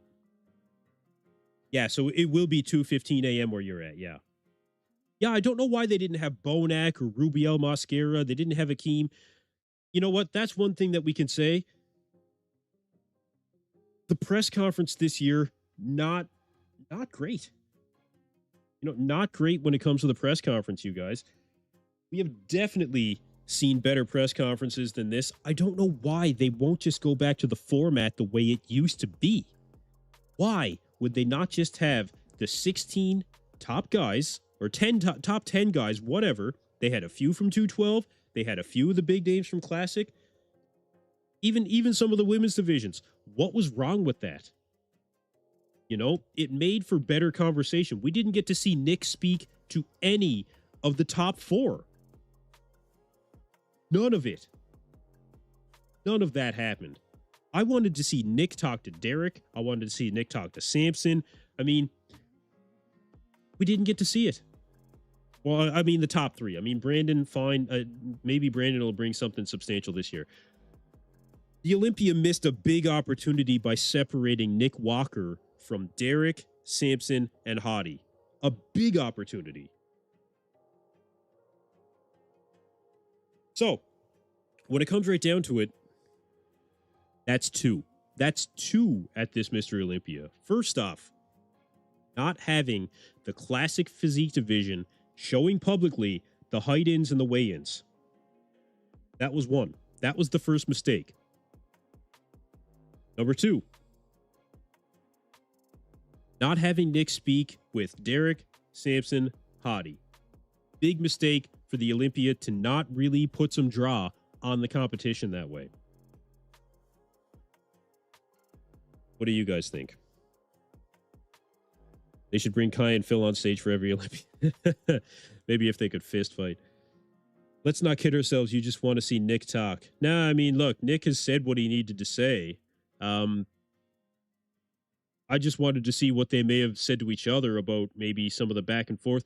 I would have been interested to hear what Nick and Derek would have said about them competing against each other at the Pittsburgh and how the Pittsburgh was a controversial victory for Derek. What would his response have been to that, you know? Jack Todd says the old format was better. The old format was way better. It wasn't even comparable. We're talking way better. That's quite unfortunate, I have to say. But what we have, you guys, this is what we have. Maybe it's because of the venue that they're currently in. I don't know. But, yep, fair to say that this was a, I think that this was a missed opportunity. Wasn't really overly impressed with this format. And they didn't let the panelists ask many questions either, you know? They all got in 1 or 2, essentially. Even last year, I think, was better than this. Honestly. Even 2022, I think, was better. They had more competitors come in and out then. We were able to hear from more.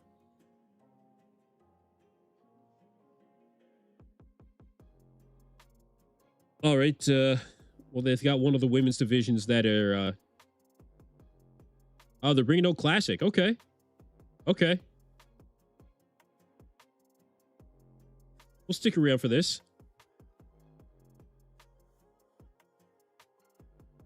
Ramon Dino coming out. Actually, yeah, I want to hear if they say anything to Mike about this controversy.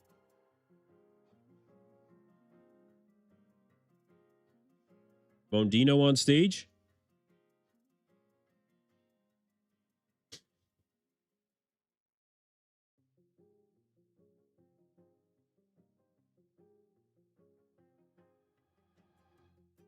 Mike Sommerfeld. Mike Sommerfeld taking the stage. Okay. What is Mike going to have to say? Fuck, man, that mustache is weird.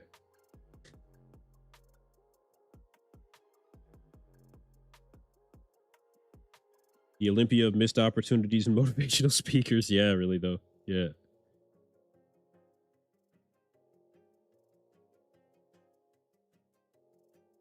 Oh, Sean Clarita taking the stage. Sean has a massive bag of something. Is Sean bringing his food on stage? Like,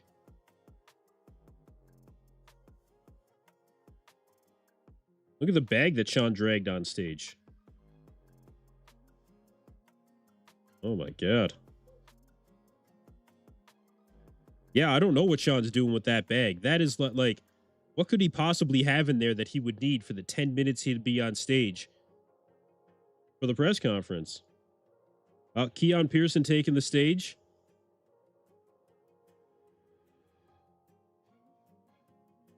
I don't know about that. Bag of steroids. I mean, it must be. Giving other guys tissues for the free gear for Bob. A lot of speculation. A lot of speculation. That's hilarious.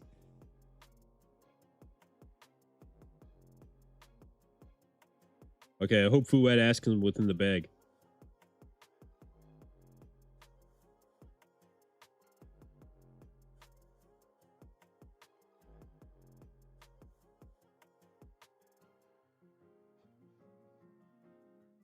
Okay, Fouad asking what Sean thinks he can do to beat Keon tomorrow.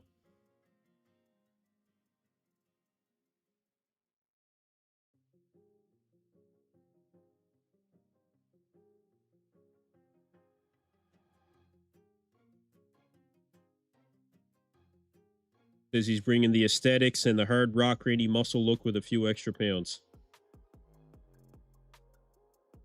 We'll see. Sean probably is carrying a lie detector to check his. Could be.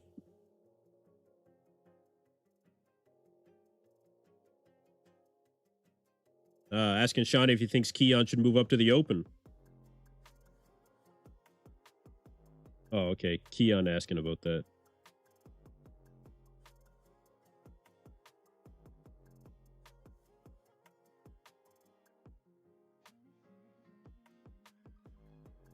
Nobody beating Keon, unfortunately. No, nobody's beating Keon. Absolutely not.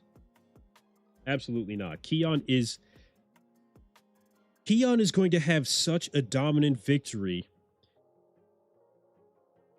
I mean, Keon is going to be more dominant in 212 than Chris Bumstead was in Classic.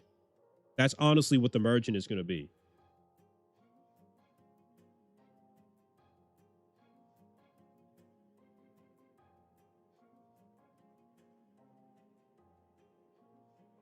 Yeah, Keon is confirmed at the Open Prague show. I actually have a friend of mine that's going to be at the show. So I'll be getting you guys the insider information. And AJ Kelly Robert, who's going to be doing a wrap-up.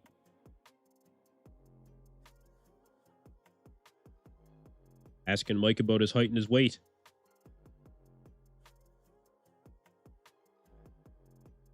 Asking him how he feels about the controversy. Asking how the talk really affected him.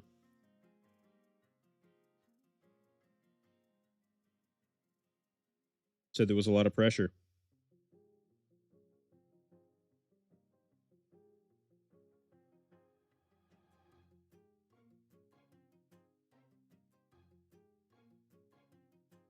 Mike basically saying that they made the weight and the worst is behind them, so they're getting ready for Saturday.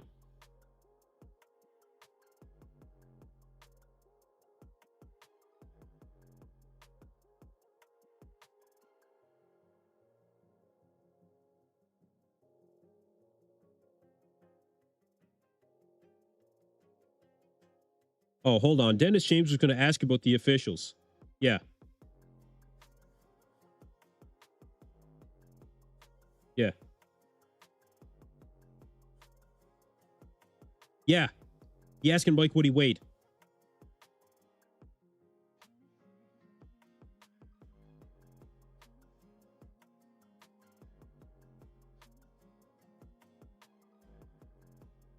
Whoa. Mike Sommerfeld weighed 204.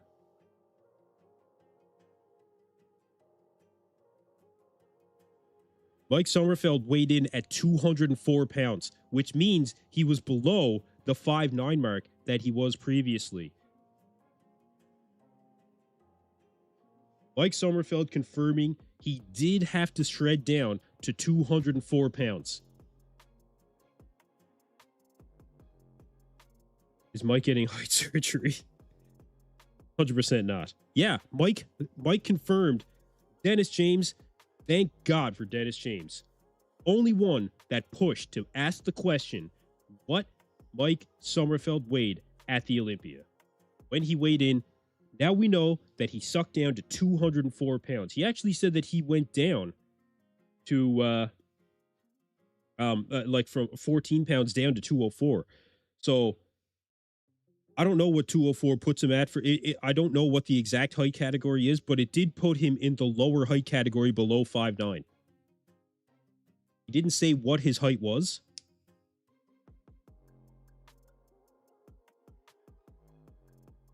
Okay. So Mike Sommerfeld dropped down to 204. Wow. Ramon also saying that his whole physique has been revamped for 2025.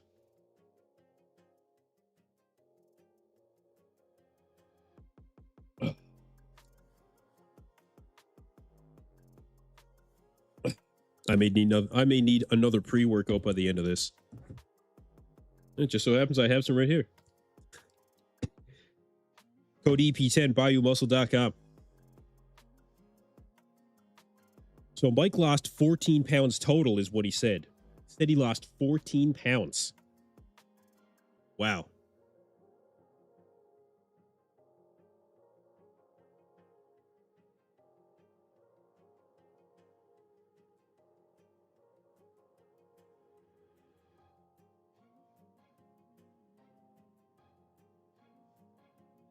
Wow.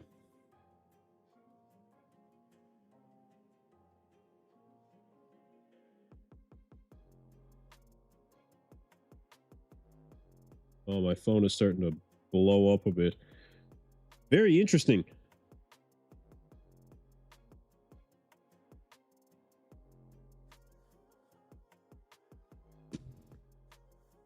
Okay. 5'8" is still an absolute farce. He's 5'5", I promise. Next year, 5'7". Yeah, honestly, like, okay, so 175.3 up to and including 204 pounds. 92.5 kilogram. Okay. So Mike being heighted in at different heights, it's very clear now. That's the end of the debate. Mike was allowed to be 212 before, and this time he had to be 204. Unbelievable. There are some serious inconsistencies when it comes to the classic physique division. Some serious inconsistencies.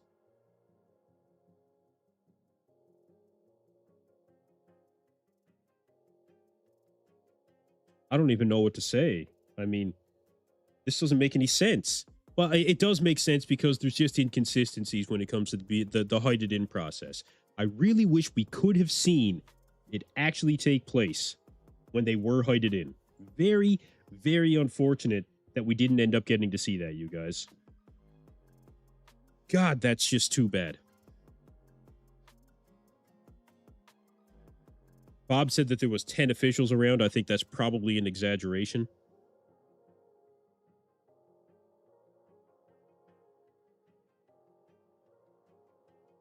$5'9" to $5'10" is 212. Yeah, I think that's probably what it is.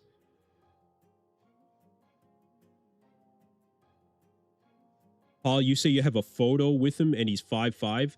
5'8" is a bit of a stretch. Walk. Could you send me that? Could you find me on Instagram and send me that photo? I'd be really interested to see that.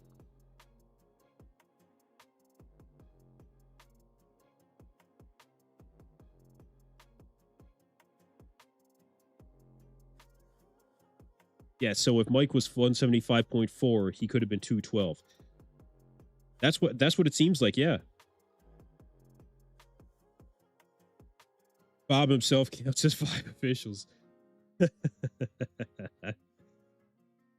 Oh, Bob. Look, Bob is the man, okay? Bob is the man. I'm really looking forward to having him back on the channel after the Olympia. He did come on the channel last year after the Olympia, and he'll do it again. Actually, Bob said that if the Olympia moves back to an arena setup, that he did say he would get me a ticket. That he would get me a ticket as his guest. So, I mean, that'd be pretty cool. But like I said, if the Olympia comes back to Florida, then, man, I will be there next year. 100%. And I'll provide you guys a bunch of content, of course.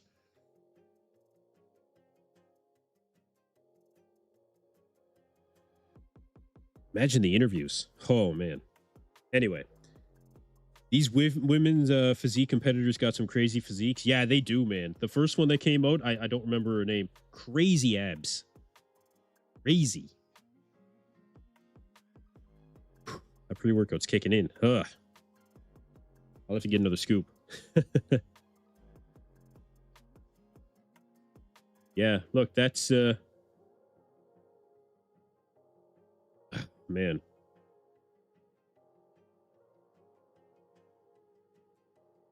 Yeah, so Mike having to drop 14 pounds.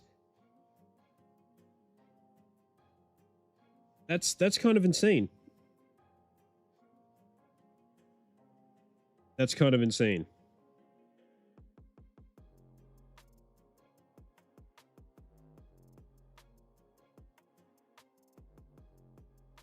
Man, I don't know.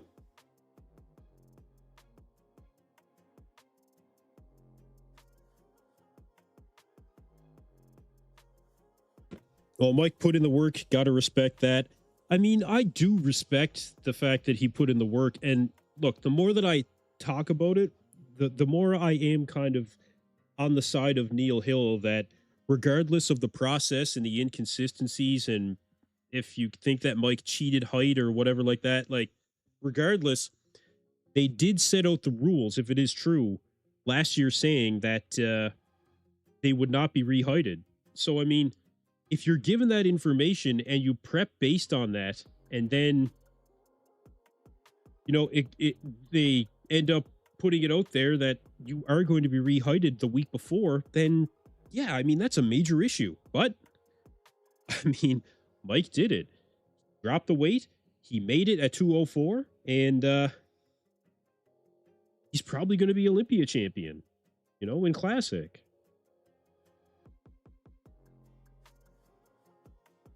Can Mike fill back up enough again, I wonder? Oh, yeah. Yeah, I think he can. Yeah. Yeah. I don't think it'll be as good. But I don't think it'll be as good as if he was at 212, but it does leave the door open a bit. But Mike just has a really round physique as it is, you know. He's just genetically very round, it looks like. So I think he'll be able to fill out, yeah. Big M-Bomb. That's a great question. How many guys didn't make weight? I was told upwards of 10. I don't know how many of them ended up making it afterwards, but I was told 10. Beyond the Stage TV reported on it. Oh, I think Neil and Mike know how to do this. Yeah, I think they do. Yeah. Yeah, I think so. He also said they were stretching him vertically despite knowing that he was already measured and there wouldn't be one. Yeah, I guess they were doing what Neil called all the therapies that they could possibly do. Whatever they did, it worked. No, it worked. He made it. He made it. I kind of wish Mike would do an open show. I think that Mike in the open. I think someday, yeah. I do. I don't think soon. I think that Mike can stay in Classic longer than Keon could stay in 212, for instance. I think that Mike would have much more of a place in 212 rather, or in Classic rather than Keon remaining in 212.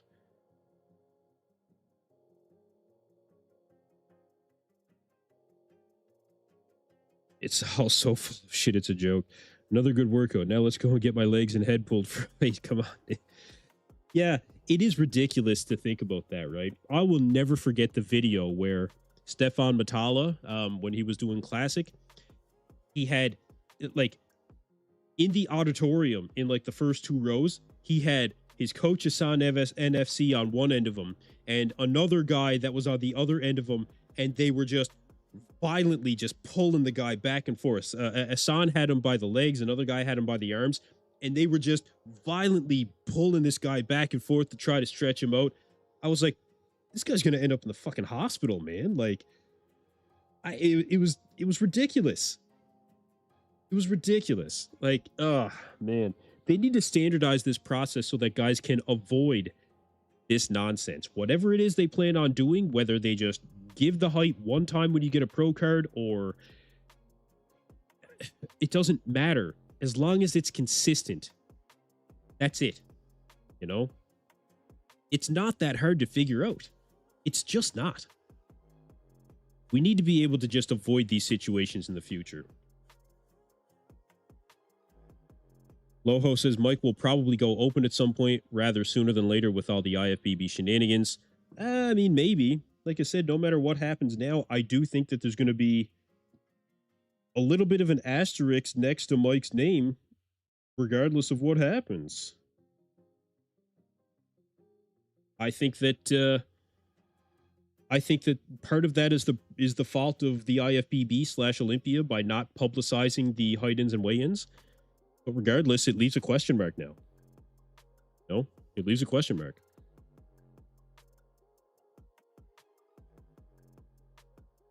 Mike is in at 204 pounds. Yeah, Dino, that's right. Yeah, he did weigh in at 204. 204 is a game changer. Don't think he is going to be that great on Saturday. He only placed higher last year because of the extra pounds. Well, I don't know. These guys are not amateurs, you know. Of course, there are so many limits when it comes to the physiology of bodybuilding as well. Whether or not they're able to do that and really fill out, I don't know. I don't know what they'll be able to do. I'm not sure. No, I'm not sure what they'll be able to do.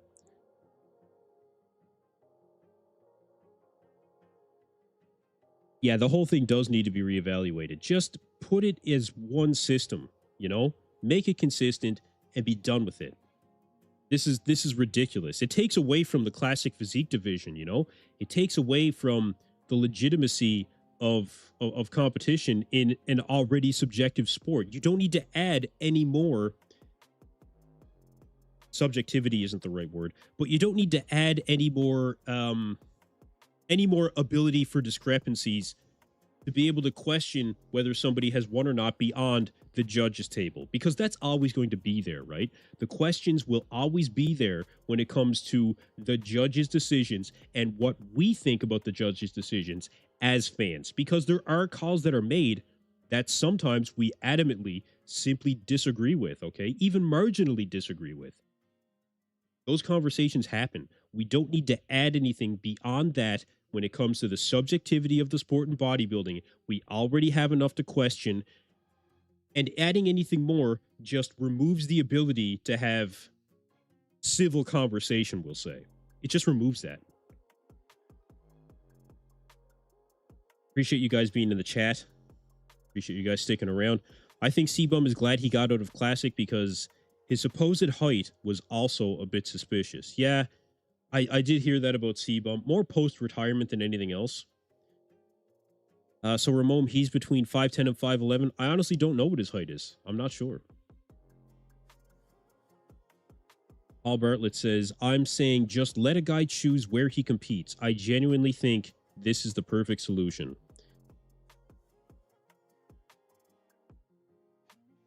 I guess I'd have to think about that. It would come back on the judges to decide whether or not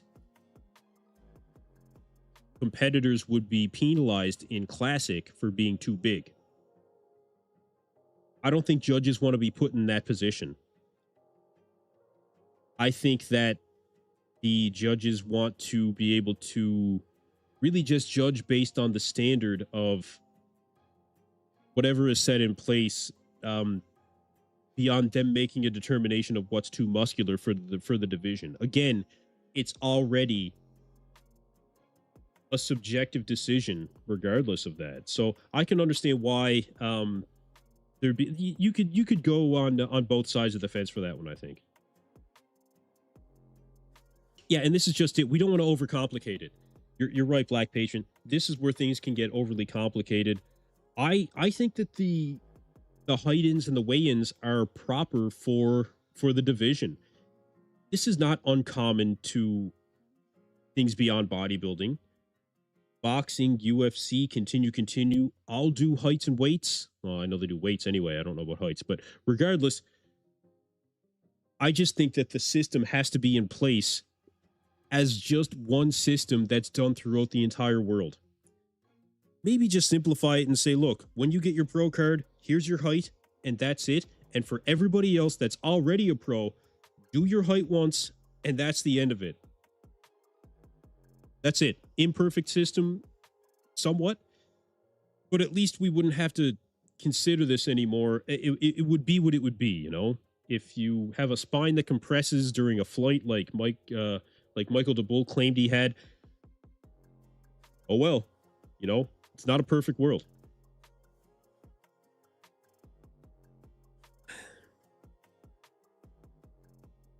It's a tough one to get into. Let the judges sort it out is the opposite of complication.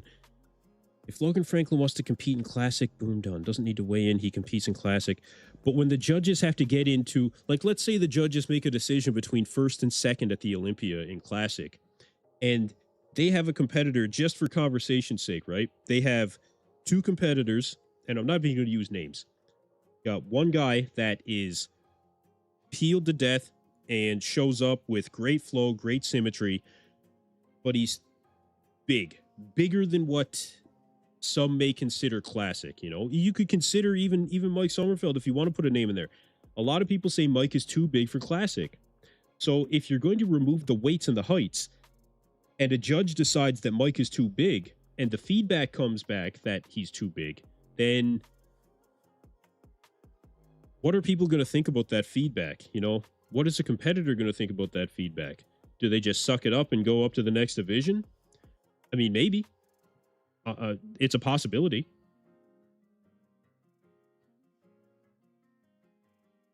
When are people going to realize classic is bodybuilding with a height and weight cap? Well, it is. Yeah, I don't disagree with that. It's all bodybuilding. That's very simple. But it is still a bit of a different kind of look just because you are restricted for the amount of muscle that you can gain, I guess. And I think the presentation is a little bit different. The poses are a little bit different. But yeah, it is minuscule. I will say that. Although the division has exploded, of course, you know, exploded in popularity. I guess this really does tell us what kind of a division we're going to have in the post Chris Bumstead era of classic physique. Very interesting, actually. Classic and open judged by the same criteria. It's not different. No, it's the look that's different. It's the presentation that's different. Not having as many poses is different. I will say that.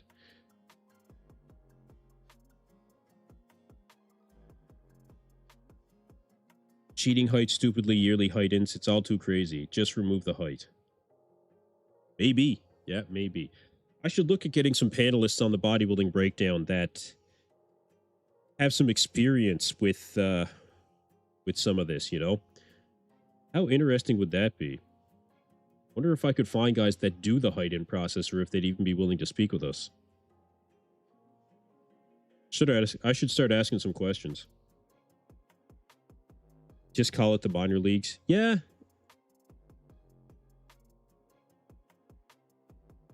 When and if you outgrow the division, you move on. I could understand that. Yeah. Yeah. And I think we do see that happen now, and it's quite successful, you know, for a lot of competitors. Yeah, of course. We're all having look. Okay. I don't think that the temperature is very high right now, but honestly, this is what it's all about when it comes to intelligent conversation within bodybuilding, right? This is why we come together, in order to discuss the finer points of bodybuilding, you know, us as fans and what we want to get out of the sport. That's one of the unique things about bodybuilding, where you can come in and have those conversations. And it's one of the advantages of a subjective sport, is that you can put your opinion into it. You know, with hockey, generally speaking, a goal is a goal. With basketball, baskets are baskets, right? I mean, there's fouls and there's fair play and ref calls and things like that. Regardless of all that, generally speaking, I think in bodybuilding, there's more of an ability, since it is subjective, for us to have more of an opinion to inject into the sport, you know, for what we want to see out of these things. So it's all good, you guys. You know, it's all good. And this is the Olympia weekend. This is what it's all about. You know, this is why we're staying up late to talk about this stuff. This is just it. Honestly, I love this shit. I really do. That's why I drank my pre-workout and I'm still here talking to you guys, you know, because I love it. So again, thank you guys for giving me your very strong opinions without being a dick about it.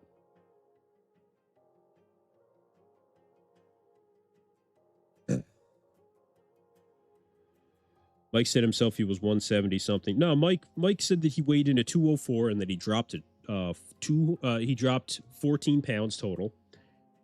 And yeah, that's pretty crazy. 14-pound drop in a week. Actually, well, Michael DeBull dropped 7 pounds in an hour, so I guess it's not that crazy. But again, that removes some of the health risks, you know, because that's a heavy drop, man. You know, that like 7 pounds in that amount of time, that's pretty heavy. I'm getting a call from a contact in the Arctic. 1 second.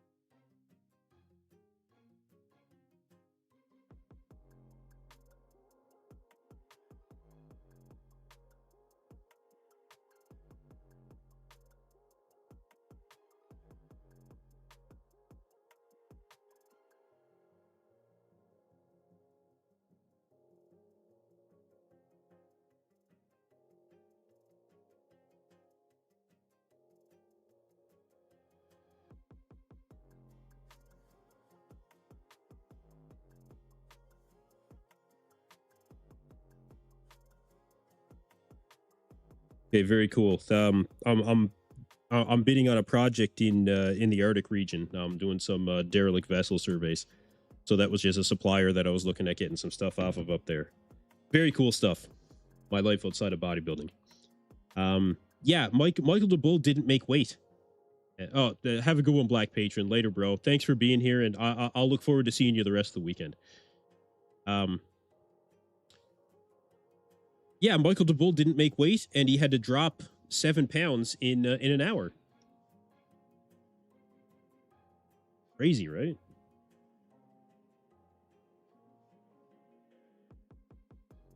He did end up making weight, though. Michael DeBull did make weight, and I do think that he will probably end up being within that top 6. Michael DeBull is a very good competitor. We just don't talk about him a lot because we don't really hear a lot from him when it comes to the prep. Sonoran Desert Life Adventures and more. Anyway, I'm off to Vegas tomorrow morning. Oh, bro, add me to Instagram and send me some updates while you're there. I'll shout you out on the channel. You'll find me just EP09.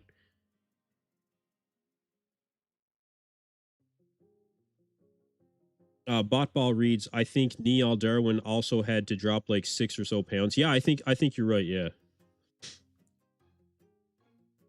Oh, they've got men's physique taking the stage. Jeremy Buendia is coming out. Guys, I don't follow a ton of men's physique. You know, all the respect in the world, but I don't know enough about the division. I don't know enough about the guys.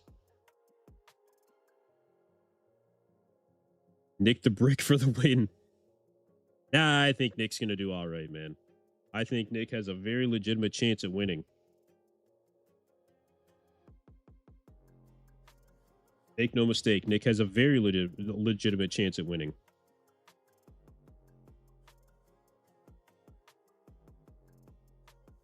Yes, there is more drama in the men's physique division than any other division, without question. I am interested to see how Jeremy Buendia does. I don't think Jeremy's going to do great, honestly. I think he's past his prime. But yeah, these guys are just they're full of drama, man. Jeremy was a great champion, but the division has just evolved so much since then. What's up, Lars? Yeah, they didn't show Mike's height. No, they did not. How do you like the idea for the Olympia traveling worldwide? I think it's a decent idea. You know, the Olympia is an international competition, so I don't mind the idea of the Olympia traveling to different countries. You know, it's the logistics. I talked to Bob about this too. The logistics behind doing something like that are just astronomical. I mean, beyond just, I mean, where do you begin? There's staffing, there's permits, there's essentially whole companies that you would have to set up, you know, in order to work in these places. There's equipment, there's vendors, there's permits, there's, oh man, endless. I mean, just for me to do these jobs in the Arctic, you know, I have to go through, like, the things I have to go through. You guys are, you know, not even comparable in nature, but you have to look at the provincial restrictions. You have to look at the federal restrictions, especially the environmental restrictions. You have to look at your insurance and make sure that that's going to cover you. You have to look at the WCB for that province and make sure that they will take you. There's emergency planning. So for the Olympia, with so many moving parts, moving from country to country every year would take, I don't know how many more staff members, and cost more money. You know, that's the other thing. It would cost more money. So, I mean, you even got to think about now, if the Olympia was to move from Vegas to Florida again, right? That's a lot of equipment that you need to truck across the country. I mean, think about the equipment that they have here. Now, the venue does provide a certain amount of things, right? You don't have to worry about things like tables and chairs and certain things like banquet tables. Those are all there. But the LED screens and some of the vendors that, like, for some vendors, it may not be as viable. You know, you may not get as many vendors at the Olympia because they would have to go from one end of the country to the other. All of the logistics that would need to take place. I'd like to talk to Dan Solomon about that, actually. Have a legitimate conversation. I think that'd be interesting. Maybe I'll see about getting him on the channel. Actually, that'd be really cool to have Dan Solomon on the channel.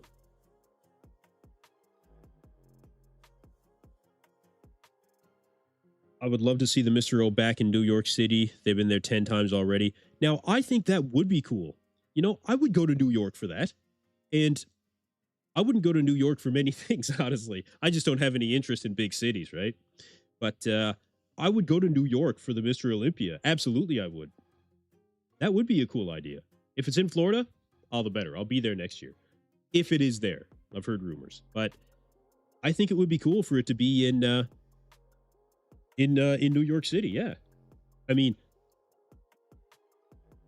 big city, you know, that would be one of the best places, I think, other than Florida, for them to have the Olympia again. I mean, it's one of the biggest cities in the world. You know, it's New York. That would be cool. Paul Bartlett says, we can't have Nick Walker haters just swimming in our oceans in a national security. It's a national security risk. I'm not a Nick Walker hater. Do you think I'm a Nick Walker hater? Is that a diving reference, bro? I love Nick Walker. I'm a huge Nick Walker fan personally. Hope that wasn't a dig at me. I do. I love Nick Walker. He's like I'm a big personal fan. I hope he wins. Mike would wear 4 pairs of socks. You could inject saline in your feet, and Mike looks like 5 foot. Yeah, I know. Look, regardless now, Mike has made it. You know, he is going to be on stage. It's done.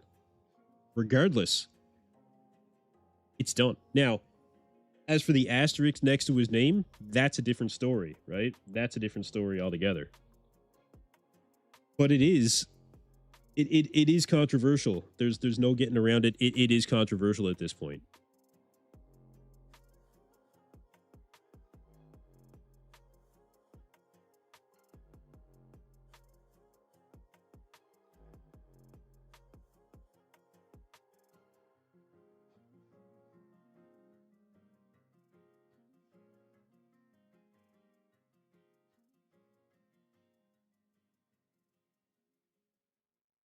Okay, very cool.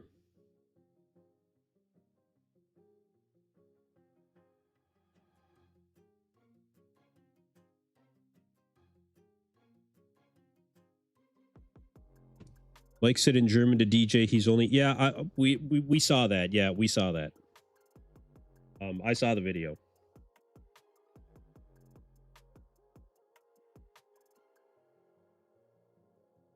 Oh man, these men's physique guys are such drama queens, honestly.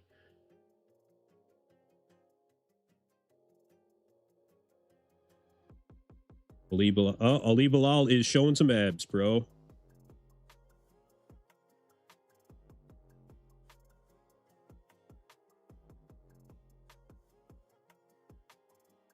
Yeah, I mean, look, if you don't got abs in men's physique, then I mean, just go home, right?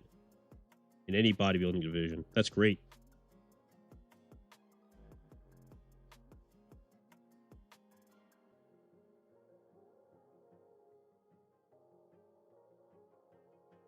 Oh man. Brandon Hendrickson telling Ali Bilal, don't touch me. These guys are, oh my God, man. You know what? Maybe this is what we need open to be like, though. They're very respectful and open. Is it being rumored that a ton of guys missed weight? That's what's being reported. Yeah, I don't know how many guys ended up coming back to make it, and I haven't seen specific names, but I am going to try to get that information. T-Bray says Samson looked smaller in the interview. He might just actually be peeled and ready to take to Mr. Olympia. Well, that's what I'm thinking. Yeah, that's what I'm thinking. He has been very adamant on the judges' feedback simply being that he needs to come in sharper. Has all the muscle, just needs to come in sharper. So, that's what he's been playing into.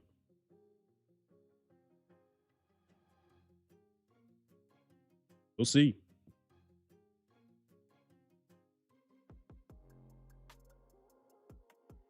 Oh, the men's physique.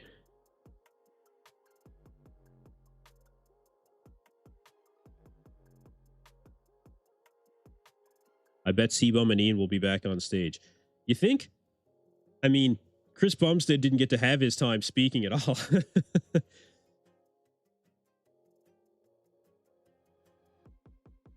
They used a bigger mic for Samson.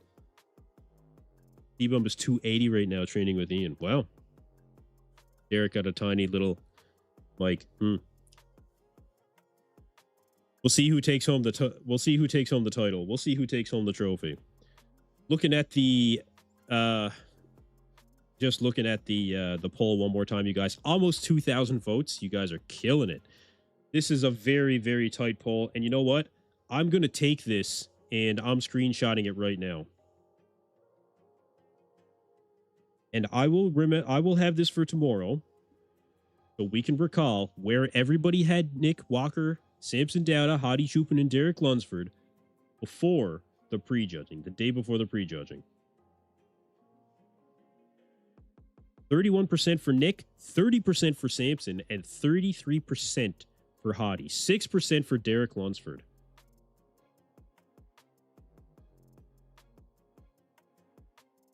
Yeah, Linda Murray does, like, for 63. Yeah, she does. She looks good. I do have Samson winning in my predictions. If you guys haven't watched my predictions video yet, feel free to go check that out on the main channel after the live stream. A lot of people were not happy, just to give you guys a little sneak peek, about the fact that I did not have I didn't have Good Vito in my top 10.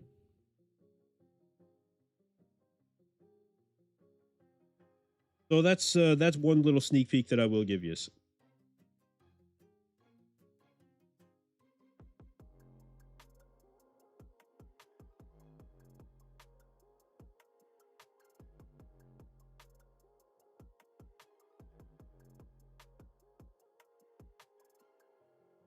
Very good. I have Samson too, but I want Nick. Yeah, yeah, I understand. I understand.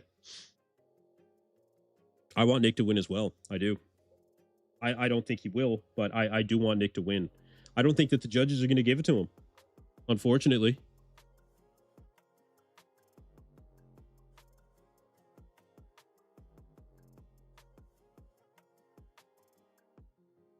Ali Bilal speaking about how he has respect for the rest of the guys in the division, but he still thinks that he's going to win. I don't think these guys have respect for one another. You know, the men's physique guys, I don't think there's a lot of respect in the division. I think it's one of the reasons that I'm not really a big fan of the division, and the fact that there's essentially no posing.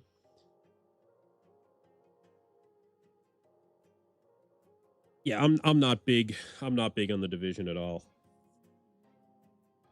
Vito will be compared with Regan and Curry for 8th to 10th. Yeah, I think that he probably will be compared with those guys for in around that area. I agree. Definitely.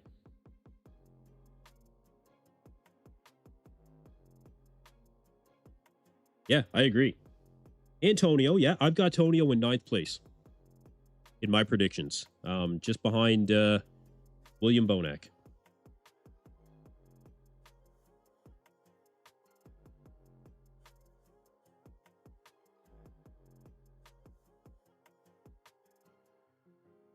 Good, good.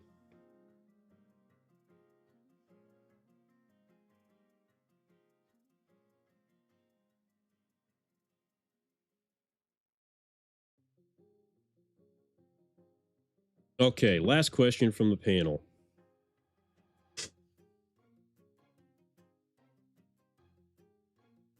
I did hear Mike made height. He was wearing a scuba helmet. Yeah, imagine that. Yeah. He'd be overweight. I'll tell you that. Those helmets are about 33 pounds, depending on fiberglass or stainless steel. I prefer the stainless steel. The only guy who seems genuine is Ryan Terry. Yeah, I agree. You know, Ryan doesn't really seem to be part of the whole drama thing. And I think that his physique, I do remember him being a little bit different, you know, when it comes to his specific physique as compared to the other guys in the division. So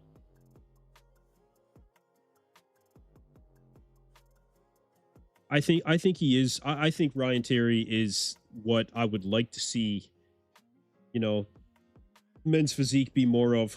I don't really like I said, I don't enjoy the drama with all this nonsense, but the physiques have evolved. We'll say that. Hey, what's up, Kane? Thanks for joining, man. I really got to change that channel name, eh?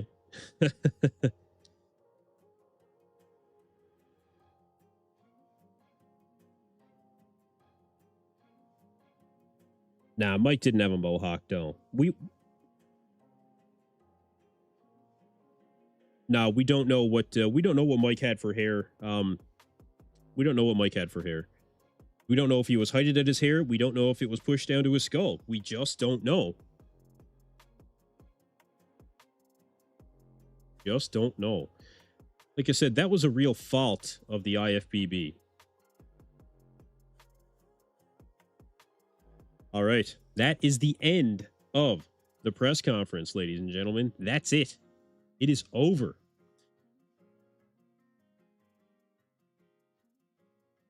I really wish that they would have changed the format. I feel like I need to write a formal letter to the Olympia, you know, on behalf of everyone. Yeah, Mike did weigh in at 204. Yeah, Mike said that he dropped 14 pounds and now he's down to 204. So he has to fill back out to where he was 14 pounds ago, which he won't do. Hopefully he'll at least get close. Andrew Jack got the win. Andrew hasn't had much to say. Andrew has had very little to say.